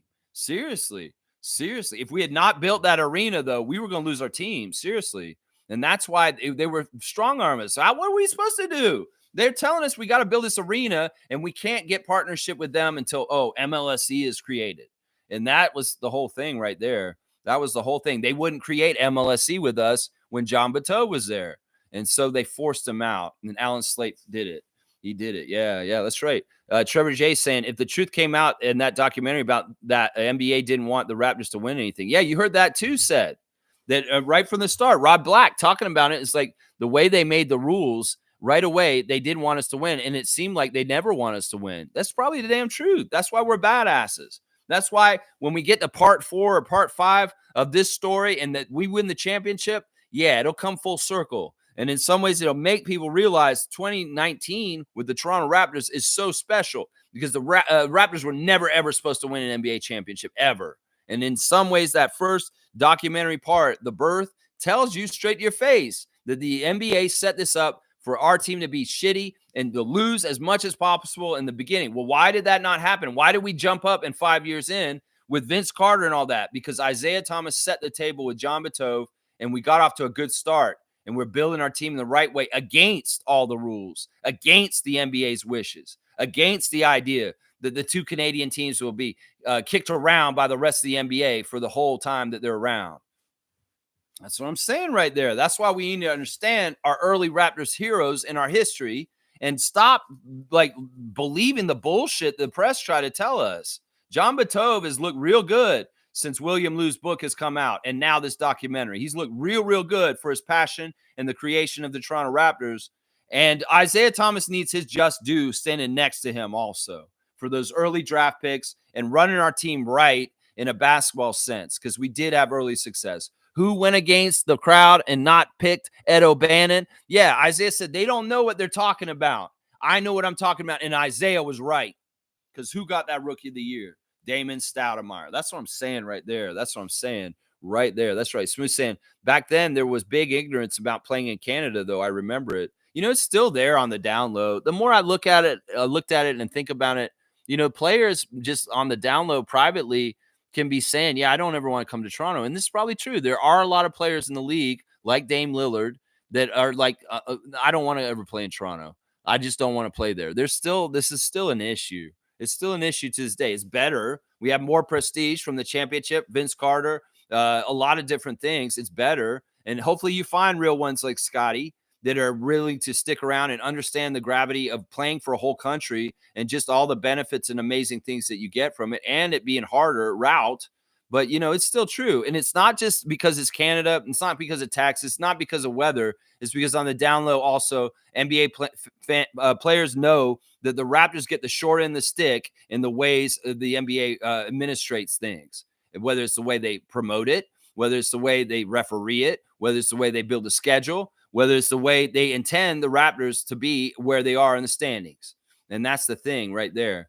In some ways, Masai's got to allow us to bottom out and be down here, because fighting against the machine of the NBA to be on the top is tough. It's hard. And we did it really good during the 2010s. And in some ways, the Raptors being so good and being an excellent franchise year after year, the NBA didn't like this. And in some ways, they want to submarine us. The Tampa year, all this kind of stuff that's happened since, there's been a lot of finagling behind the scenes, whether it's not Kawhi not being allowed to be on our team for more than 1 year.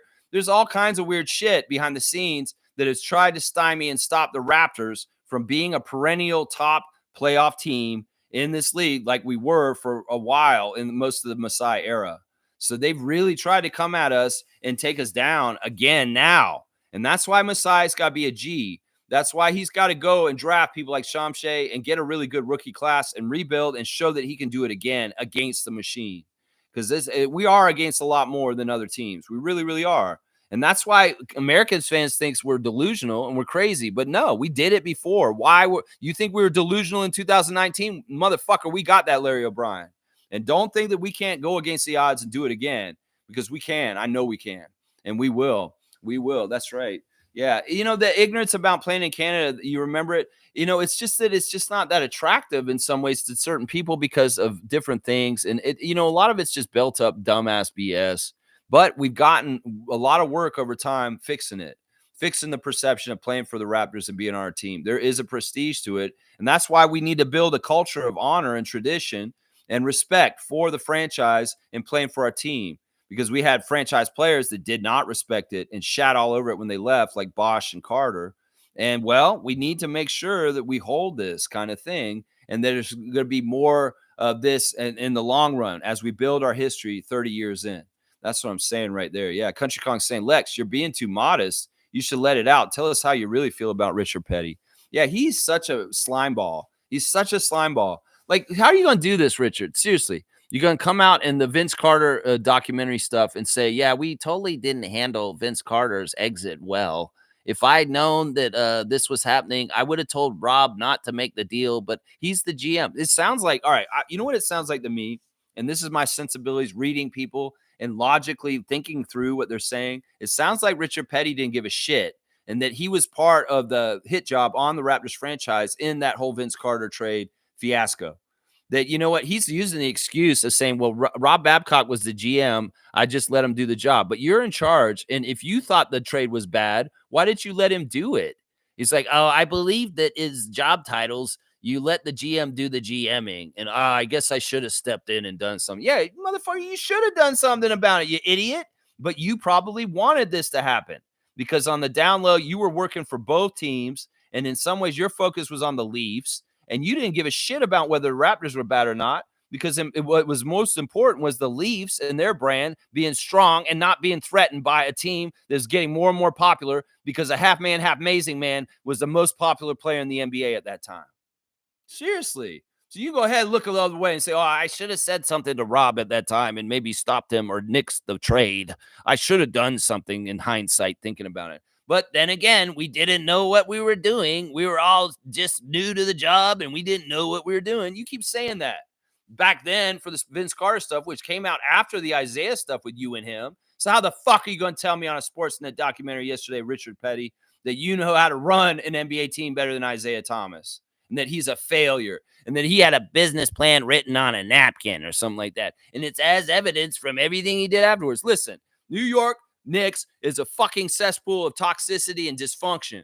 Anybody could go there. Phil Jackson went there, and he was a failure there. So don't give me this crap that Isaiah was a failure because in general, because he went to New York and was a failure there as a coach in every level he did there. That was more a symptom of that damn franchise being a cesspool of toxicity with James Dolan as the owner and it being all screwed up. So don't give me that crap and saying Isaiah with New York. No. That was New York's dumpster fire before Isaiah even got there. And he's just the latest chapter of the dumpster fires of chapters that were going on in the New York Knickerbockers franchise over those years. So you don't give me this crap with your bullshit. Oh, and then he tried to buy the CBA. Well, that's lofty goal. That's difficult to do. And what the fuck did you do, Richard Petty? You took a really good start to an expansion team in the NBA and ran it in the ground under your watch, motherfucker. That's what I say to you, piece of shit. Yeah, there you go. Name is saying, F you, you're cool, I'm out. Yeah, Isaiah's cool. And I'll listen, this is the way I'm going to carry this torch for him in this way, because we need to have the truth out here about Isaiah Thomas and his role in the Raptors' early history. And y'all can sully him and say all this bullshit. You know what? If I was pissed like him, I may be like a little weird and anti at the end. But no, don't get it twisted, Raptors fans. His heart was in the right place. He was rejected by rich old white men that didn't want him around anymore. And that's what happened. He didn't do it to us. He was pissed at them. And in some ways, I want to circle around tomorrow and share the love for Isaiah in a way that I tell him that, no, Raptors Nation loves you, man. And we are honored that you were our first president. And you should be a cherished and honored person in the Raptors history. And you should be coming back this 30th anniversary and getting your kudos and your applause from the fans. And the press, like Doug Smith, they need to stop fucking running Isaiah's good name through the ground in the mud on what happened. Because honestly, he didn't do nothing wrong. If he was naive to know that he shouldn't have gotten in a deal with a bunch of sharks and charlatans, they're going to stab him in the back. Well, that's his mistake. But none of the other stuff was his mistake. He came in earnestly and forthright with the right things, with his cash and his reputation from the NBA, and he helped the Raptors early on. And when he left, we felt it. And in some ways, that vacuum, that's when everybody made us a joke. Isaiah made us bona fide, and y'all fucking threw him out like the trash. Yeah, that's the truth right there. We can talk about this. Yeah. Wayne's saying realistically, although Vince wasn't mentioned, but management was a set of clowns. As a player, we have to view it from his side. Yeah. I mean, listen, I don't want to get into Vince stuff. We'll get the second episode, and they'll show the Vinsanity part, the rise, and we'll see that part done with that treatment. There's been a lot of Vince Carter stuff come out. Like they did the Vince Carter stuff earlier this season already, and we know a lot about all that. But we'll do the Vince stuff. This is not about Vince today. That documentary, you need to go watch it, Wayne, if you have not. That came out yesterday. They've been airing it on Sportsnet on TV, on the cable. So you can watch it on YouTube, or you may catch it live on the Sportsnet channel because they're playing it there also. Smooth saying, respectfully, a lot of what was being said about the team back then was factual perception of the team. Yeah, I mean, in some ways listen, BJ Armstrong, I'm not that mad at you because at least you were upfront at the beginning. But in some ways, you set the tone, my guy. The fact that the first ever person designated to be a Toronto Raptor rejected being a Toronto Raptor is sad. It hurts. We got our Steve Francis right away with BJ Armstrong. But what did we do? Glenn Grunwald and Isaiah Thomas pivoted and traded him to Golden State Warriors and got Carlos Rogers, Victor Alexander, and a couple other players that were very helpful to us in the beginning of our team. So it's like they made something out of it in some ways. Isaiah knew that BJ was worth something, and he used him as a chip early on to get some other players in other ways. And Carlos Rogers was probably the best one out of them. And to be honest, Carlos Rogers may have been just as good as BJ Armstrong because BJ Armstrong didn't do jack shit after he left the Bulls in his career, honestly. So, they're going to try and repaint the history and stuff like that. Why don't you paint it in a glowing light instead of making it sound like it was just dysfunctional and sad and all this stuff? Why can't we talk about the successes, like the amazing designs of John Batove and his creative group?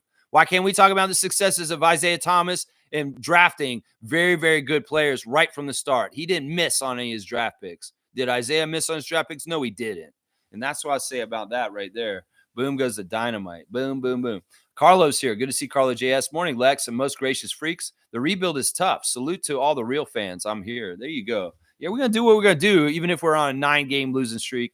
We're going to do what we do, and we're not stopping. Yeah, Atlanta, you're next on Sunday. Maybe you're going to get the next W against us. Maybe we can stop this losing streak. We'll have to see. Maybe the Raptors will get some good practice in the next couple of days to lead up to Sunday's game. And maybe we can finally get a W again against Trae Young and the Atlanta Hawks. I was down there in Atlanta. I was talking to the youth down there about their team, and they're not paying attention, even though the team is winning. Kaz is here. Good morning, Lex from Rat Free Crew. Good morning to you, Trucker Kaz. Always good to see you. Country Kong saying, well said, Lex. I appreciate that, JP. I just want the truth to be known, and maybe the mainstream media truth is not exactly the right one. And Isaiah Thomas is not a villain. They kept calling him a silent assassin.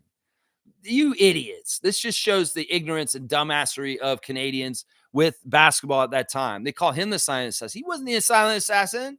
You dummies didn't watch Bad Boys basketball in the 80s, did you?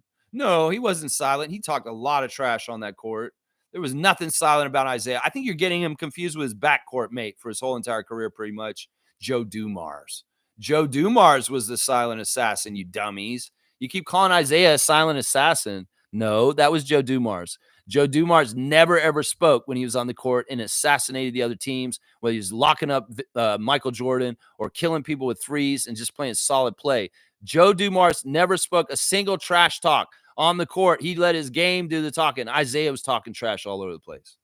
So y'all don't even know your NBA history, you dumbasses that made this Sportsnet documentary, and even Richard Petty. Why are you calling him a silent assassin? That was never what he was designated as by Vern Lundquist and Hubie Brown and the announcers of the 80s and the CBS. No. The silent assassin was Joe Dumars, and y'all are confused. And it just shows how fucking ignorant and stupid you are. Sportsnet, you don't know sports, obviously. Because Joe Dumars was the silent assassin, not Isaiah Thomas. Oh, you're going to say it's on the business side? No. Isaiah came in earnest. There was nothing shady about what he did.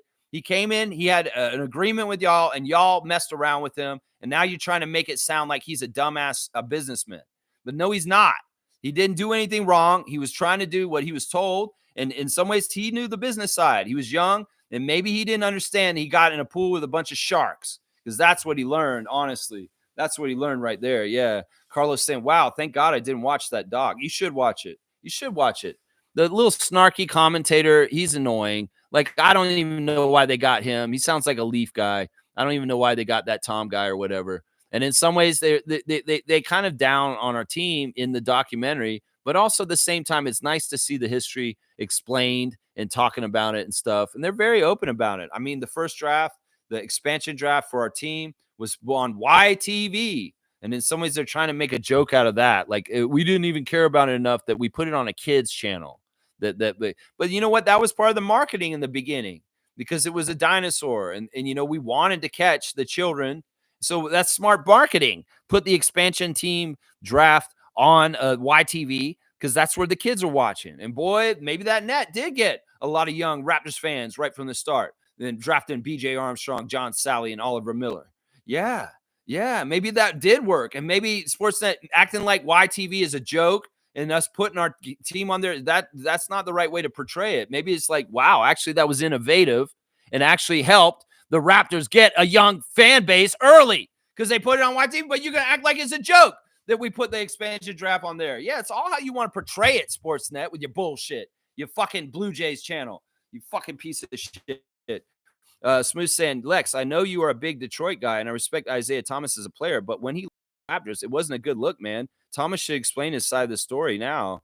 I can see it right now, Reggie. Think about it. Listen, he said it. It's this like this. He came to our team because he wanted to run it and also own it. There were two promises to Isaiah.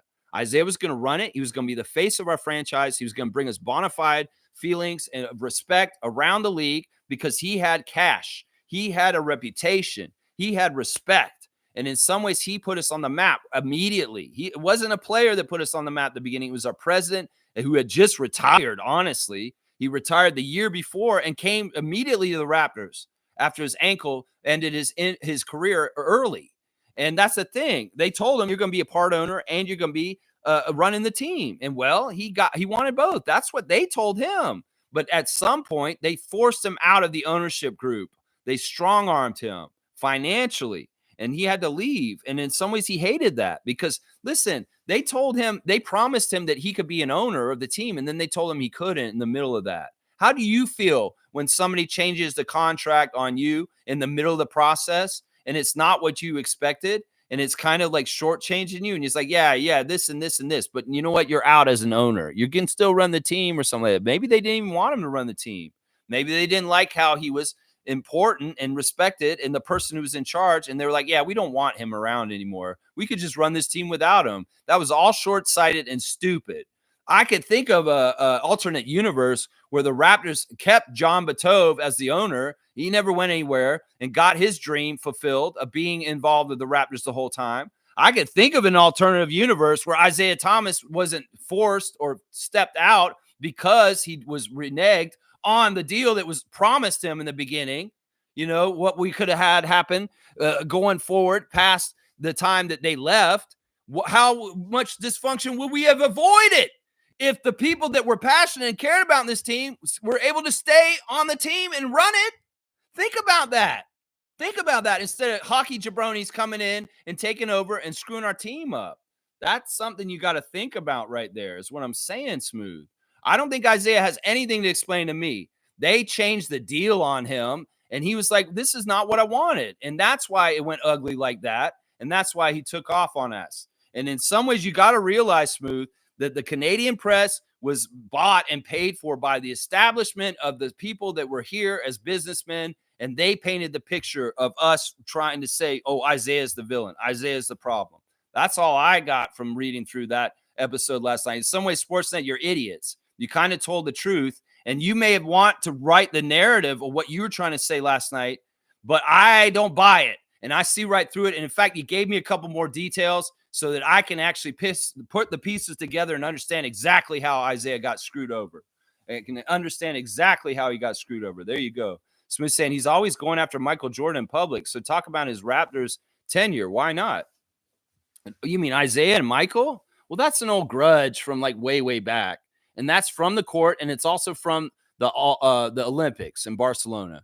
We know for a fact that Michael Jordan told the Olympic Committee he did not want Isaiah Thomas on the dream team. And that really caused a huge rift between them for years and years and years after that. In some ways, we got to remember that the Pistons owned the Bulls before the Bulls became the Bulls. That, Isaiah Thomas and Joe Dumars were the guys who held Michael out from championships until he finally got them.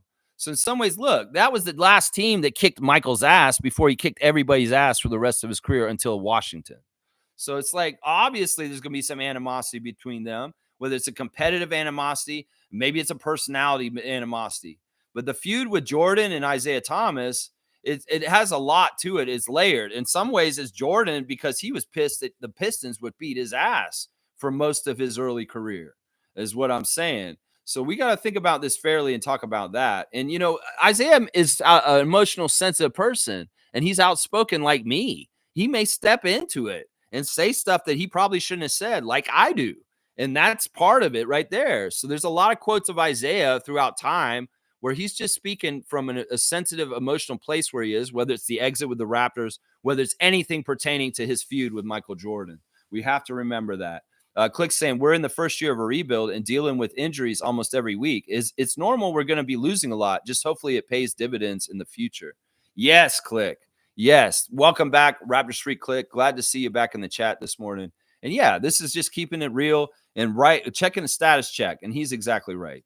Nothing here I'm going to argue with, and I hope it does pay off in dividends in the future. The whole dangerous thing is you disenchant some of your good players while you're in this process, and they decide some things about what they want to do with their careers. We can't have this. We got to continue to progress and make sure everybody's still on the boat and really got the vision and are committed to it, because that's where you get in trouble. You can build and gain a lot of stuff, but if you don't keep the crew together because people are leaving and coming, that's where you get in trouble and you start becoming like the Wizards. And we don't want that kind of shit.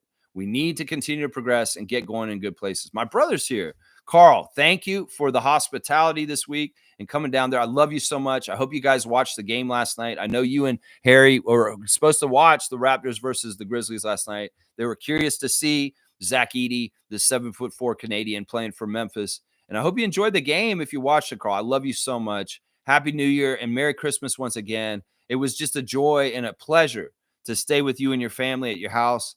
And just, it meant so much. I'm so happy I came to Atlanta and got the days with you guys recently. And I had so much fun hanging out with Harry and Ansley and, teaching Harry how to, we got out on the court and I taught him how to shoot free throws better. I taught him how to do jump balls. I taught him all kinds of basketball knowledge. And, I told him if he needs to call me about basketball stuff, he can call me anytime. And Uncle Lex will hook him up with some basketball 101 on whatever he's trying to learn about with what he's doing down there playing basketball himself. He's a center, guys. That kid is a center.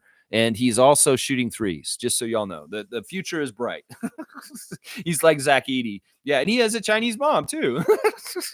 All right, so Smooth saying, the same way Vince Carter explains, so should Isaiah Thomas. Well, Vince Carter never actually explained. So that's the thing. Vince Carter never actually explained. I don't know what Isaiah needs to explain. I think you can read between the lines and see it. I mean, listen, some people may have a grudge against Isaiah from back then. I don't. You know what? The reason why is because in the years since, Isaiah went a couple different routes with his career. He was all over the place. He was a GM for the Knicks and a coach for the Knicks. He's been on broadcast pretty regularly since. He's been in different places broadcasting. He's tried a lot of different ventures. That's just who he is. He's an enterprising guy, much like his good friend Irvin. They are very much entrepreneurs, and he wanted to look for business opportunities beyond basketball that are bigger than basketball, like owning a team. What is Magic doing now? He owns part of the Dodgers, and he got to celebrate this World Series this year. He's getting ownership in different places. He owns a ton of AMC movie theaters across the United States. Isaiah is the same kind of way. He's an entrepreneur. He wanted to be an owner of the Raptors, and I don't think that was totally a bad thing. In some ways, he maybe should still have been involved in our team, but no, money and corporatism and corporate bigwigs. And, this is the thing that pisses me off. A lot of people that did not want to help the Raptors get off to start, a lot of the people that were holding them down or not for them being even existing, that did not help John Batove and Isaiah Thomas when they saw it was successful, when they saw that the Raptors were going to be a hit, when early on in the they decided they wanted to put their hat in the ring then. They didn't take any of the risk of launching the team, and they saw that they did it, and they successfully did it, and then they wanted to come in and bully them out. That's what I see is happening, Smooth. Seriously. I don't know what you want from Isaiah. Isaiah's been very clear about it. It hurt. It hurt, just like John Batove, because they had long-term goals and long-term visions of being involved in the Raptors organization, and that they were forced out. You've got to understand this. People can say Isaiah quit or he left. Well, listen, he had to pay a lot of money to be in the ownership group, and they kept coming at him and changing the rules and changing all this. And that's why he walked away. It was financial reasons why he walked away. It wasn't that he didn't want to continue running the team, but also don't get it twisted. He was a remnant of John Batove. John Batove and him were tight. And Isaiah wasn't as tight with the new owners once John was gone. And that was part of the problem. So you got to really, really understand what I'm trying to say here with Isaiah. They're trying to paint him as a villain. They're trying to make him seem like he was the bad guy in this. He was not. He was not. The villain was Labatt's. The villain was Alan Slate. The villain was Steve Stavro. The villain was the eventual MLSE that came in to take the power from Batove Group and Isaiah Thomas. And they're cowards too, because they let them do all the work to set it up and make it come in, and they made it a success. Those guys, John Batove Jr. and Isaiah Thomas, and those other guys, they came in and grabbed it because of a dispute over an arena, where the arena would be, and that's just the damn truth of it right there. That's just the damn truth of it. Let's see. Kaz is saying Edie wanted to be a baseball player originally, but because of his height, the sport didn't suit his strengths. Yeah, I mean, it would have been a damn shame if he had turned his back on basketball and never, ever actually played, basketball ever. That would have been a real shame. Seriously, it would have made no sense, man. Seriously.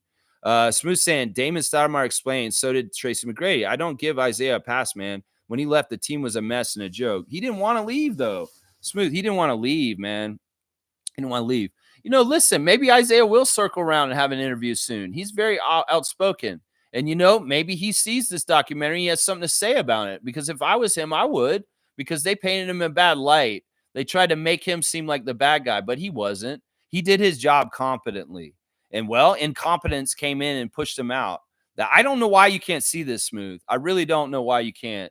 I mean, listen, maybe if you have a proclivity to hate Isaiah Thomas, I could see why you want to get on him. And maybe I have proclivity to love him because I was a Detroit fan. And I am very proud that he was a part of the very initial part of the history of the Raptors. So, I mean, it is what it is. All right, let's do this. We'll do the Instagram stories. Smooth saying, I respect Darryl Walker for talking about it. Can't sugarcoat what was going on with the Raptors back then. Well, do we understand that, the ownership group was under a lot of stress to get us in a new building, and they were trying to negotiate with assholes from the Leafs that were absolutely adamant about not working with us unless they had exactly their needs met. And the biggest one first was Batove, that he had to be forced out because Stavro wouldn't work with him. And that's manipulation from the Leafs side of things, screwing up the good Raptor stuff. I wish we could have gotten our own arena on our own without them involved. In fact, John Batove was working on that. The designs for Air Canada Center came from John Batove, and they all just swooped in and took all the work that he did and kept walking with it ahead and going forward. The site where it was created by John Batove. The postal building conversion to the Air Canada Center was his design and his idea. And these motherfuckers came in, forced him out, and they did it their own way, and that's the only way the Leafs would sign on because of a family grudge between Steve Stavro and John Batove Jr. That's the truth. That's the truth. You can go look at it now. It's all been revealed.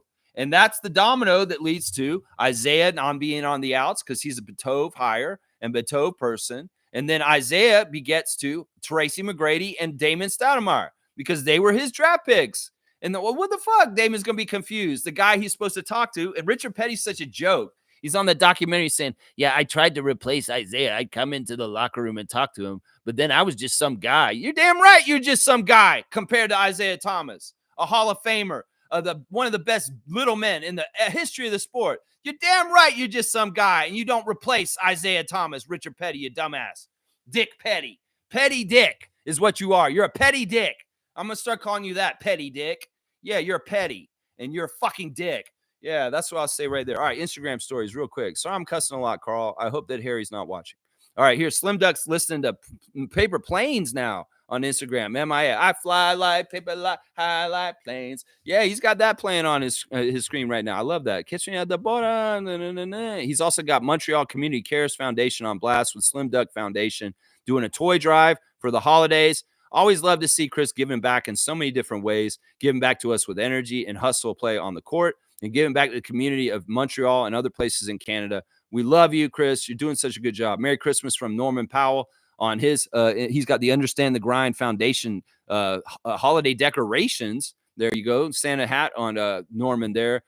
Jameson Battle with a friend at the game last night, and he's saying so proud of Battle Time to see the journey unfold from here to Raptors, and he's just getting started. There you go. I love it. And that guy's got a really cool OVO Toronto shirt on there. Davion Mitchell celebrating his one shoe play last night. Off night only needs one shoe because he loses the shoe and he's still guarding Desmond Bane and trying his best to. And you know what? Bane missed the shot, so his defense is effective with only one shoe on. Yeah, it's like off night, one shoe. I don't know. Are we going to start calling him one shoe? I don't know. It's so crazy. And then Ja threw it out of bounds. That's so wild, man. It's got to be a funny little laugh. In some ways, you can't take that too seriously, honestly. Grady Dick with the shoot around before the game. We see him shooting, putting up shots before the game. It's fun to see the old jerseys last night on the court. It is very retro. There's Jamal Shed coming in, born in Vancouver with the sign in Memphis and him walking in. It's too bad we had him on the sideline last night. It would have been fun to see Jamal Shed playing in the game last night. All hands on deck, Raptors. Get healthy. That's right. Kyle Lowry, all in white. Going to a white party? I don't know. He's celebrating the big win the Sixers had in Boston on Christmas Day or around then. That's so awesome to see the Sixers win. I love that. And, of course, Joel's doing his dumbass DX pose. That's so stupid. There's Lloyd on his Instagram. OG Anunoby showing a picture of him dapping Mikal Bridges on the court. You know, OG doesn't post very much. Kind of cool to see him. There's Shamshay coming in the game in Vancouver yesterday. Let's see what else we got. Let's see game day from the Raptors official. Junkyard Dog has got a post of him mentoring the kids, some young ladies out there on the court. And Jamal McGlure's got a picture of everybody's fridge right now. It's full of Tupperware and leftovers. That's right. And there he is also with is that the what cup is that? That's some sort of cup. I don't know what cup that is. I don't know. Jacoby the other day posted the Larry O'Brien that the Raptors have at the OVO Center. He posted that the other day. It was pretty interesting. There's a Linux showing team pride and connection on his Instagram stories. Not a quick day on the Instagram stories. Not a lot there today. That's right. Trevor's saying, love the full court pass from Davion. No, listen, the full court pass from Scotty. Holy cow. It was very Lowry-esque, and he put a lot of height on it. And he really got it up there, and it was perfect. And Grady was able to lay it in. Yeah, there's some stuff. Oh, no, Chris. Chris was the one who was able to lay it in. Man, that pass was awesome. Scotty is so good, guys. And in some ways, he has 2 steps forward, 1 step back kind of stuff going on. There's been some games where he's really not been good very recently. And then partly because of his injuries. But then you see these huge growing games like the one last night. I don't care about the score. If you look at Scotty individually and the way he played the game last night, he got to a new level. I'm serious. I feel like Scotty leveled up last night with understanding and doing something, especially in that environment where there's such dominant other players involved like Zach and Ja, that Scotty found his place to dominate and do some stuff. And maybe it didn't add up on the same side with the score that the Grizzlies had, but it will eventually, trust me. Scotty's going to catch up, and he showed that he cared, and he got out there and he kicked some major butt. Yeah, Trevor's saying that Luka Doncic will be out for a month. Well, that could be worse. I mean, honestly, he could have been out for the rest of the year. So a month, Dallas may be breathing a sigh of relief on that. Carlos saying, Masai and Bobby, I think we have enough guard-type players now. Please, let's get back to long-arm monsters mode. I want to see more, centers and power forwards. Yeah, I totally agree. I mean, we need a beefier team, a bigger team, and we were outsized definitely by the Grizzlies. And that rebounding edge is huge in some ways. Let's go look at the team stats real quick, and I'll do the rest of the team also in a second. Yeah, the rebounds were a huge problem. They were plus 23 on rebounds. In fact, they doubled up our offensive rebounds, 24 offensive rebounds for the Grizzlies. And you're going to tell me Jakob Poeltl doesn't matter? Seriously, they got 109 shots. Like there were so many shots shot in the game last night. Between the two teams, there were like almost 120 shots, which is crazy. We shot 45%. They shot 53%. They got 18 threes. We got 14 threes. So in some ways, we were keeping up with them up until about the third quarter or so. And then they busted the game open. So I was really happy with the fact that a high octane team like Memphis, we were matching tit for tat for a long time in the game and kind of keeping up with them. That's not easy. That's a lot of scoring that they were putting in the basket last night. I mean, 43 points in the first quarter, almost 80 points in the first half, and then you add another 43 in the third. RJ cited that we didn't start right on defense in either the first or the third quarter, and they just went off in those quarters. It's true. Free throw discrepancy, a plus 11 for the Grizzlies, so that's a little annoying. The Raptors only missed 4 free throws, and they shot better at the free throw line than the Grizzlies. I like that. Yeah, the rebounds already did that. 39 assists for the Raptors, too. So we were connected, and we're getting good passes on there. I love the assist number.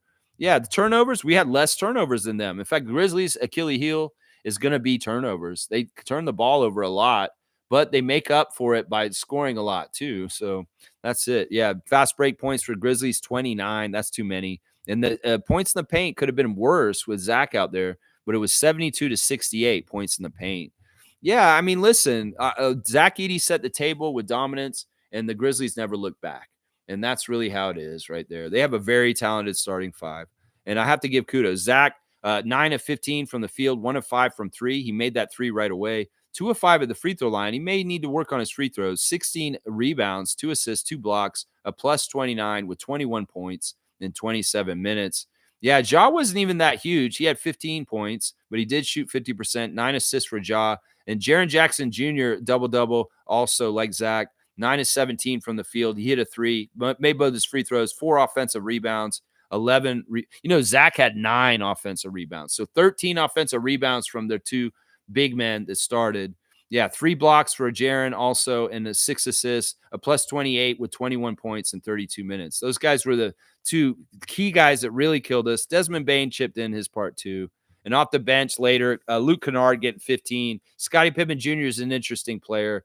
In some ways, I feel like he's a nepotism player, but also he did do some amazing things there too. On the other side, guys I didn't talk about, Ochai Agbaji, 4 of 11, 1 of 6 from 3, 1 of 2 at the free throw line, 2 assists, no rebounds. If that shows something right there, that Agbaji was ineffective at getting any boards with the height of the Grizzlies right there. We needed him to get some. So 10 points for Agbaji, a minus 22. Grady Dick, 6 of 12, 1 of 4 from 3. He made his only free throw. I already did him, I think. Let's see. Jamison came in, 2 of 6. He was missing all his threes. And then Trevor said he's missing all his threes. And then Jamison proceeded to hit one. That was funny. That's why it's like, Trevor, he heard you because you're saying, oh, Jamison came making no threes. And then he finally hit one there. Mobo, 1 for 7 off the bench. 6 rebounds, though. He was in there fighting to get rebounds amongst the tough rebounding terrain. 1 assist, 2 steals, and 3 blocks. So Jonathan was stat stuffing with only 2 points, though. Garrett got in there and played point guard for 5 minutes at the end of the game.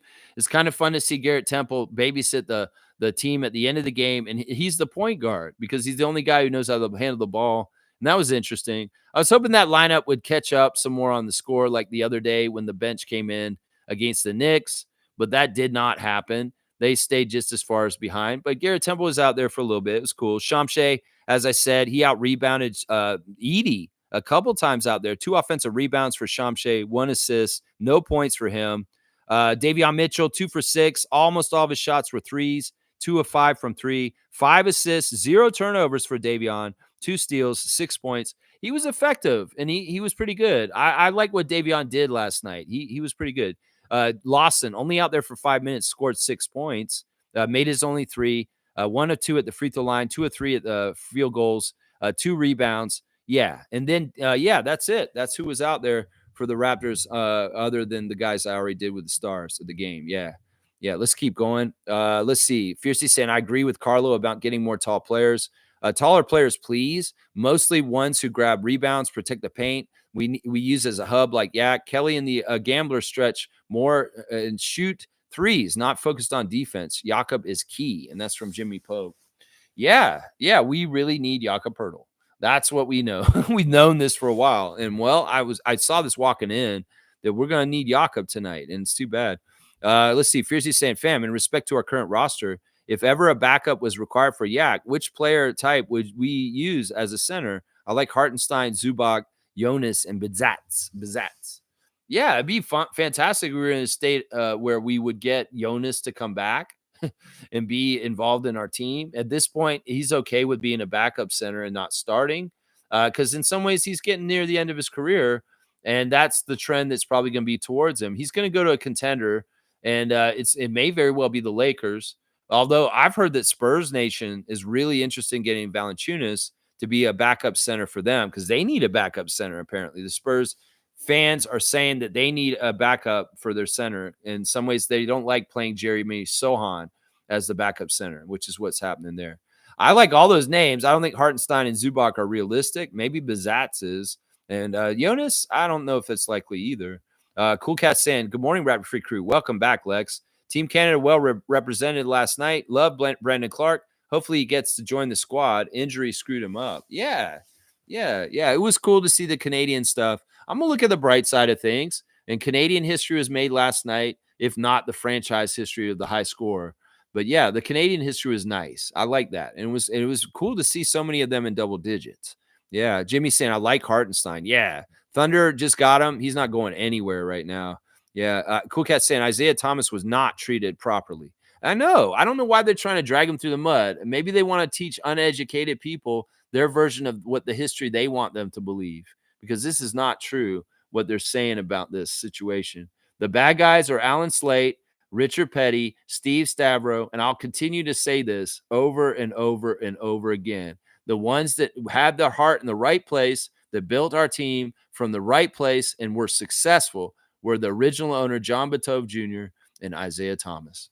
And I'll say that over and over and over and over again. You know, the beef between Brendan Malone and Isaiah Thomas is what it is. And it's a classic beef of the ownership wants you to, the management wants you to tank, and the coach wants to win now. And that's something that we dealt with Nick Nurse when he left. It was the same kind of thing. In some ways, Nick wanted to win, and Masai wanted us to lose, not to lose, but to develop. And Nick wasn't about that. So there was a very similar parallel with Brendan Malone and Isaiah Thomas from the very beginning to now. And Darryl Walker's acting like he coached the team for a long time. And they even tried to make it seem like he did. That motherfucker coached 1 year, and he coached the worst year of the Raptors in some ways. So in some ways, giving Darryl Walker a platform on that show, I didn't agree with, because he's a part of our history we should just forget about. And like they said, that guy wasn't ready to coach himself. He admitted it. He was too young and too fresh from his playing career on the thing. It's not like Darryl Walker has been proven to know what he's talking about, whether it was about what he said about McGrady, whether it's, that he was a failure as a coach. So I don't even know why we put him on that show. Maybe because he said he'd do it, but maybe we didn't need to, because honestly, he's a blight on the Raptors record, Darryl Walker. And I wouldn't put anything into what he said, seriously. And McGrady was right for saying that at his Hall of Fame speech. He was right about that. We did drop the ball with this. And in some ways, this is why our franchise handles things better with rookies. In some ways, I'd like to think that Shamshe is getting everything he needs as a kid from Cameroon and Canada to be able to navigate things. Like they said, Isaiah had a plan for Tracy McGrady when he came to the team as an 18-year-old, and how they were going to diet and all this stuff, but none of it came to fruition. It could very well be that people in the front office or in the team were not listening to Isaiah and what his wishes were with his plan to take care of Tracy. And Tracy became aimless and was not doing things correctly in his very early career, because we dropped the ball as an organization with how to coddle and foster and incubate him as a young player in the league to become better. And that is on our fault. That's on our organization's fault. But it sounds like Isaiah had the game plan for it and wanted to institute it, but it didn't happen. And it makes me wonder whether the franchise people around him, people like Alan Slate and stuff, were like, no, we're not doing this for a young player like this. They may not even realize it at that point, how important it was. And sometimes these are the silly mistakes you got to make as a sports franchise that you learn from. And then in the later times, yeah, we do better with this. We do better than this. I mean, Vince even admitted it. in recent interviews that when he came to Toronto originally, everything was like nobody came to get him at the airport. There was a problem with his hotel. There were all these different weird problems. It's almost like somebody was out there trying to screw over the Raptors early on and sabotage them from the inside out and not doing the right things that we promised for people, whether it was Isaiah Thomas, John Batove, Tracy McGrady, or Vince Carter, as far as what we're supposed to do to take care of our superstars coming here. It's totally different back then. You got to understand the way that MLSC is run with Masai and the Raptors and the top-notch level of everything, the OVO center and everything that Tim Lewicki spawned when he came and was in charge. Well, that wasn't in place back then. And an aimless young man like Tracy McGrady didn't know what to do in Canada when he came here and had all this money all of a sudden. So can you blame him? In some ways, he needed the franchise that we have now at that time then. It's just like Bruno Caboclo. You learn the lessons and mistakes and you adjust and you make them better. And all those things that happened early on in the Raptors history are inform the job that Bobby and Masai do now, is what I'm saying right now. Yeah, big up Raptor streaks. That's right. Good to see you, Neil. Good to see you, my guy. G saying Zach started late in his growth and he's been explosive. I was really hoping we draft him. Scouts had it wrong and had him going later, but Memphis was smart. I feel like that was totally manipulated too. The value of Zach was so cloudy and weird and bullshit. And I mean, why wouldn't you think this? Seriously, this guy has these skills that wouldn't translate. Yeah, it's ridiculous. In some ways, people were trying to downplay how good he was so that maybe the Lakers or Miami would scoop him up in the middle of the round. Kelly Ware's pick should have been for Zach Edey, as if Miami Heat should have had their way. You know, the Lakers wanted him too, but Memphis caught on and they were ahead of the game, and boom, they went and got him. They went and got him. Something like, well, you know, Kevin Garnett, the story about Kevin Garnett with Isaiah Thomas and him being very open and public about how, yeah, I want the high schooler. Well, that probably influenced Minnesota to snatch him ahead of time. Maybe if we'd been more quiet about it, Minnesota maybe, yeah, we're not going to get Kevin, and Garnett would have been a Raptor instead of a Timberwolf. So there's a lot there right there. Yeah, I'm going to go a little longer just because this is a very passionate reaction to not only the game last night, but this documentary that came out on Sportsnet yesterday. Yeah. Fiercely saying today's NBA newsletter on Canadian stat leaders, RJ number 2 for points per game and rebounds per game, number 1 for assists. Very, very cool. And I'm figuring that SGA is number 1 in the points and RJ is number 1 for assists. Interesting. W Stream, thank you for the cutoff, Fiercely. I'll do the classic card when I get to the end of the chat. Trevor's saying, I watched Gladiator 2 with Denzel Washington yesterday. Very good. Okay. Movie review from Trevor. 2 thumbs up from Trevor J for the new Gladiator 2 movie, guys. Blackhawk saying, we were very undersized yesterday. This is why we need to draft a future center from our second round pick this draft. Yes. Completely agree. We've seen this. That's right. Monique saying, good morning, Raptor Free crew. Better days ahead. Go Raptors. I'm with you, Mo. I hope you're feeling better. We love you, Darko. Way to speak up on Sportsnet, Lex. Yeah, welcome back, Lex. I appreciate all that, Mo. I hope you're feeling better and better. Always send healing and positive energy to you, Monique, and hoping that you are just having a good day. That's what I want for you. Yeah, Sportsnet, you know, it's a love-hate thing. I love that you're doing this. I love that you cover our games. I love Alvin Williams and Matt Devlin, but I love Savannah Hamilton. But, man, y'all are insidious. In some ways, the ways that you cover the Raptors and the way you do things is kind of messed up.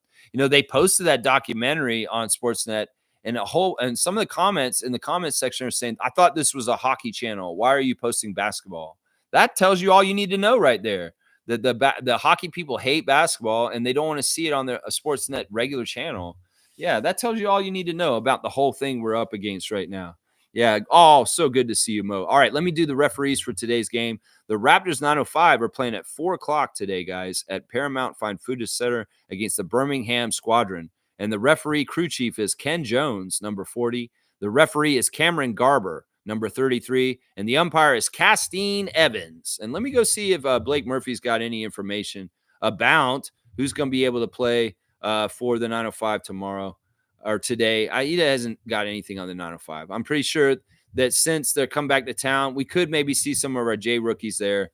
Jacoby was sick yesterday. That's why he didn't play. And Jamal has still got a nagging knee injury. But it's not likely that Jonathan, maybe Jameson will be playing today for 905. We might see Battle in the game today against the Squadron.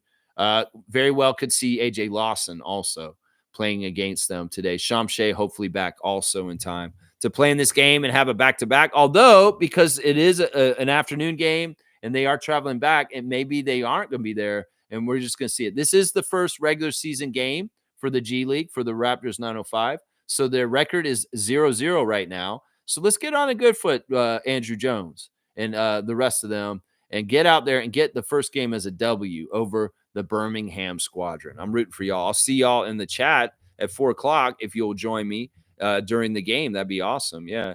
It's the start of the regular season for G League today, 4 p.m. In fact, they are the first team playing of the regular season, the earliest game today, starting of the G League regular season. So Raptors 905 get to kick it off in their home arena against the Birmingham Squadron.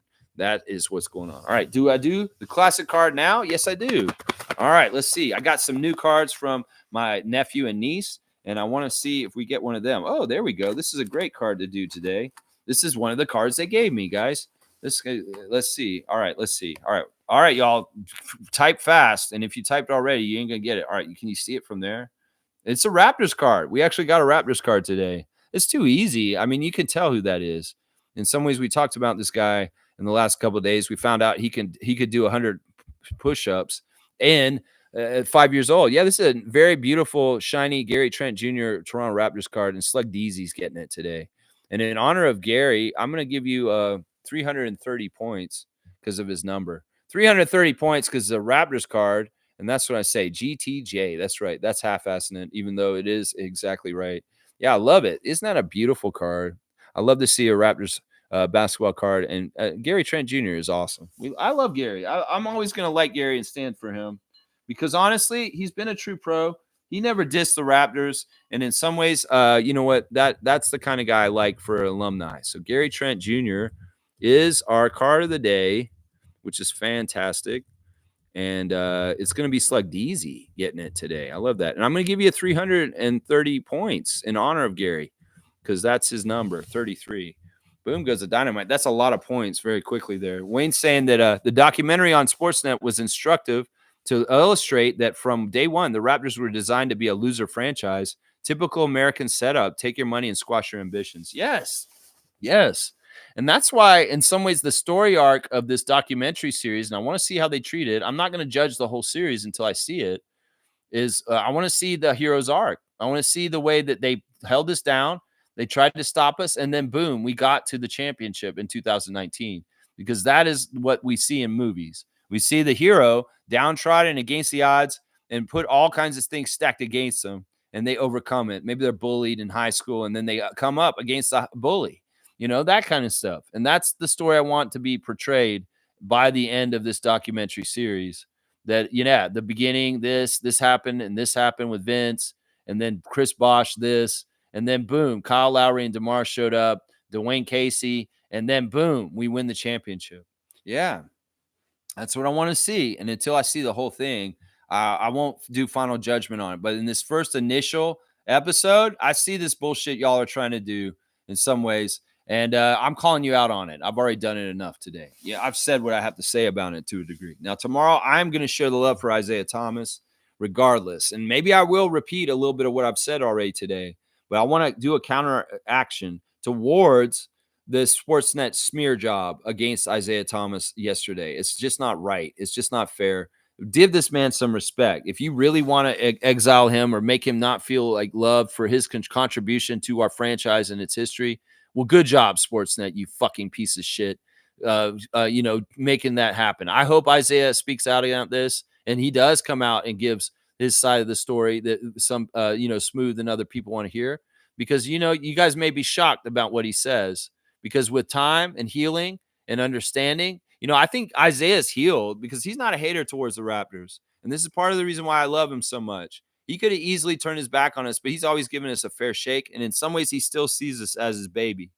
And, when he goes on NBA TV and he sits at a panel with Chris Myers or whatever his name is, that Myers guy, and Dennis Scott and Sam Mitchell and different people like that, he's always the one standing up for us. He's always the one saying good things about the Raptors organization, whether he was on NBC or he's on NBA TV.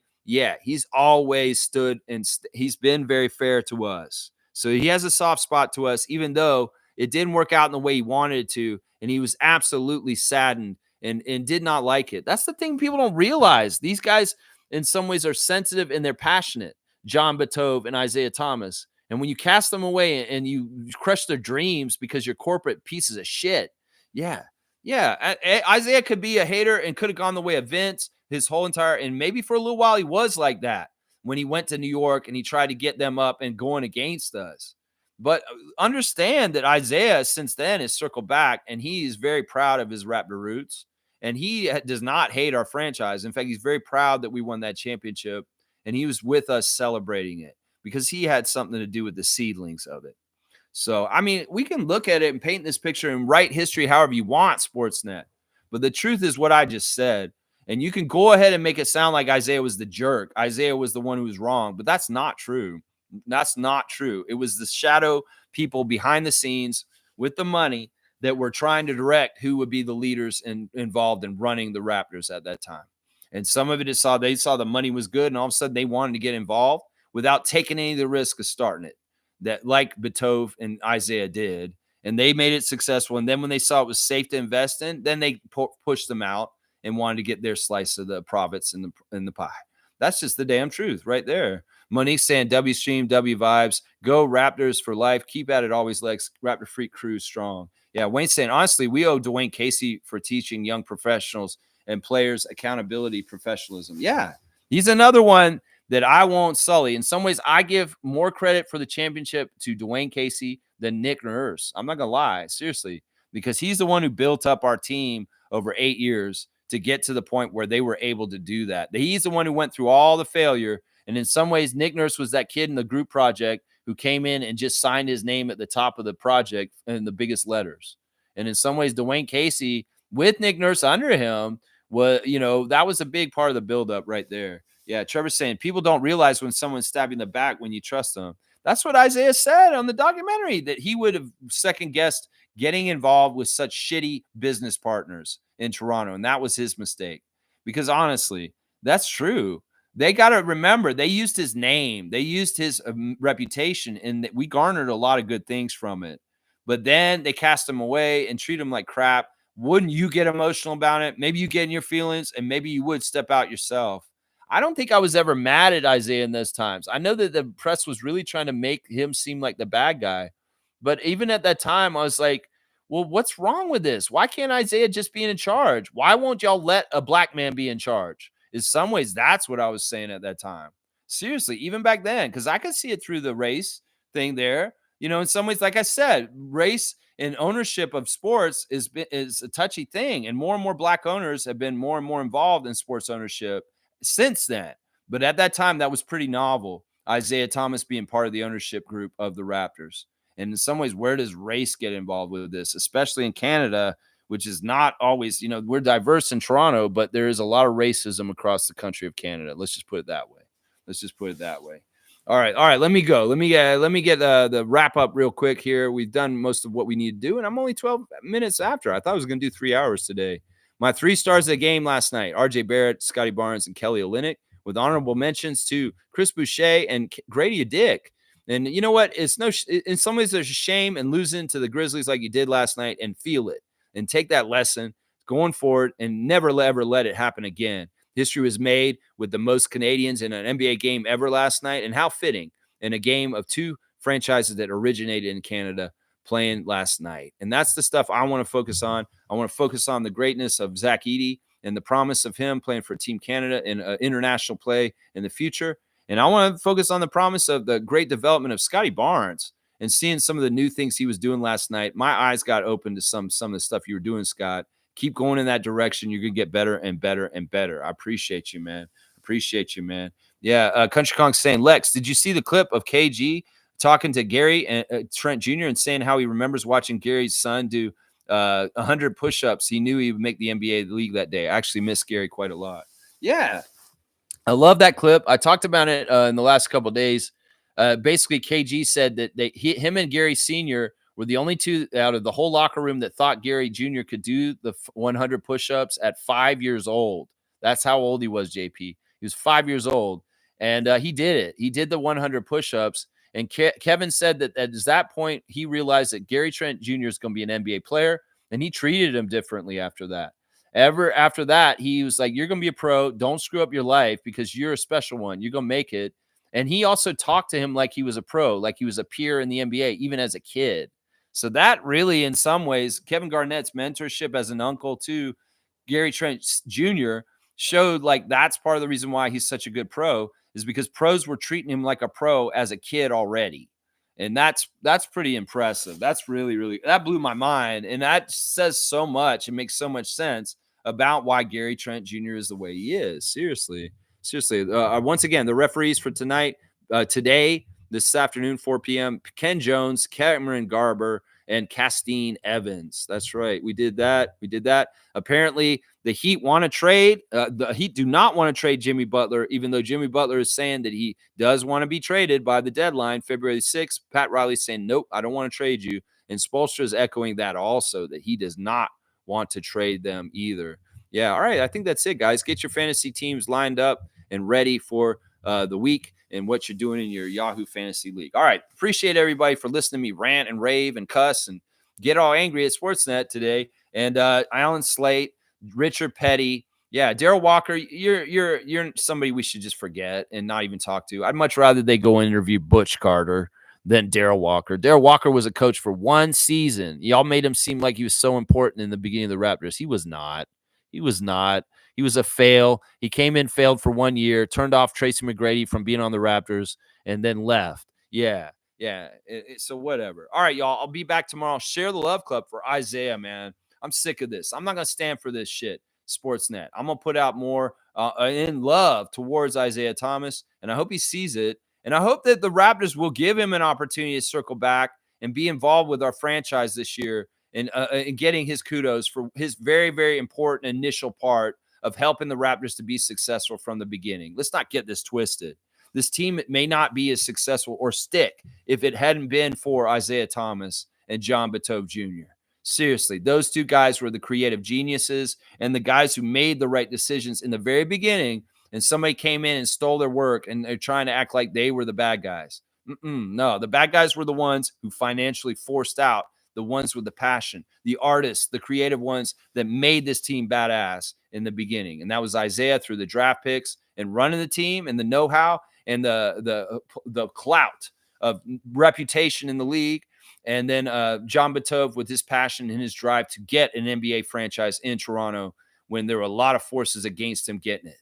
Yeah, Sportsnet, get it right. That's what I'm saying. Let's go Raptors. And I'll see y'all tomorrow at 9:30 a.m. and some of y'all at 4 p.m. today on the YouTube chat. All right, y'all, touch grass, baby. Let's go. Read Prehistoric. That's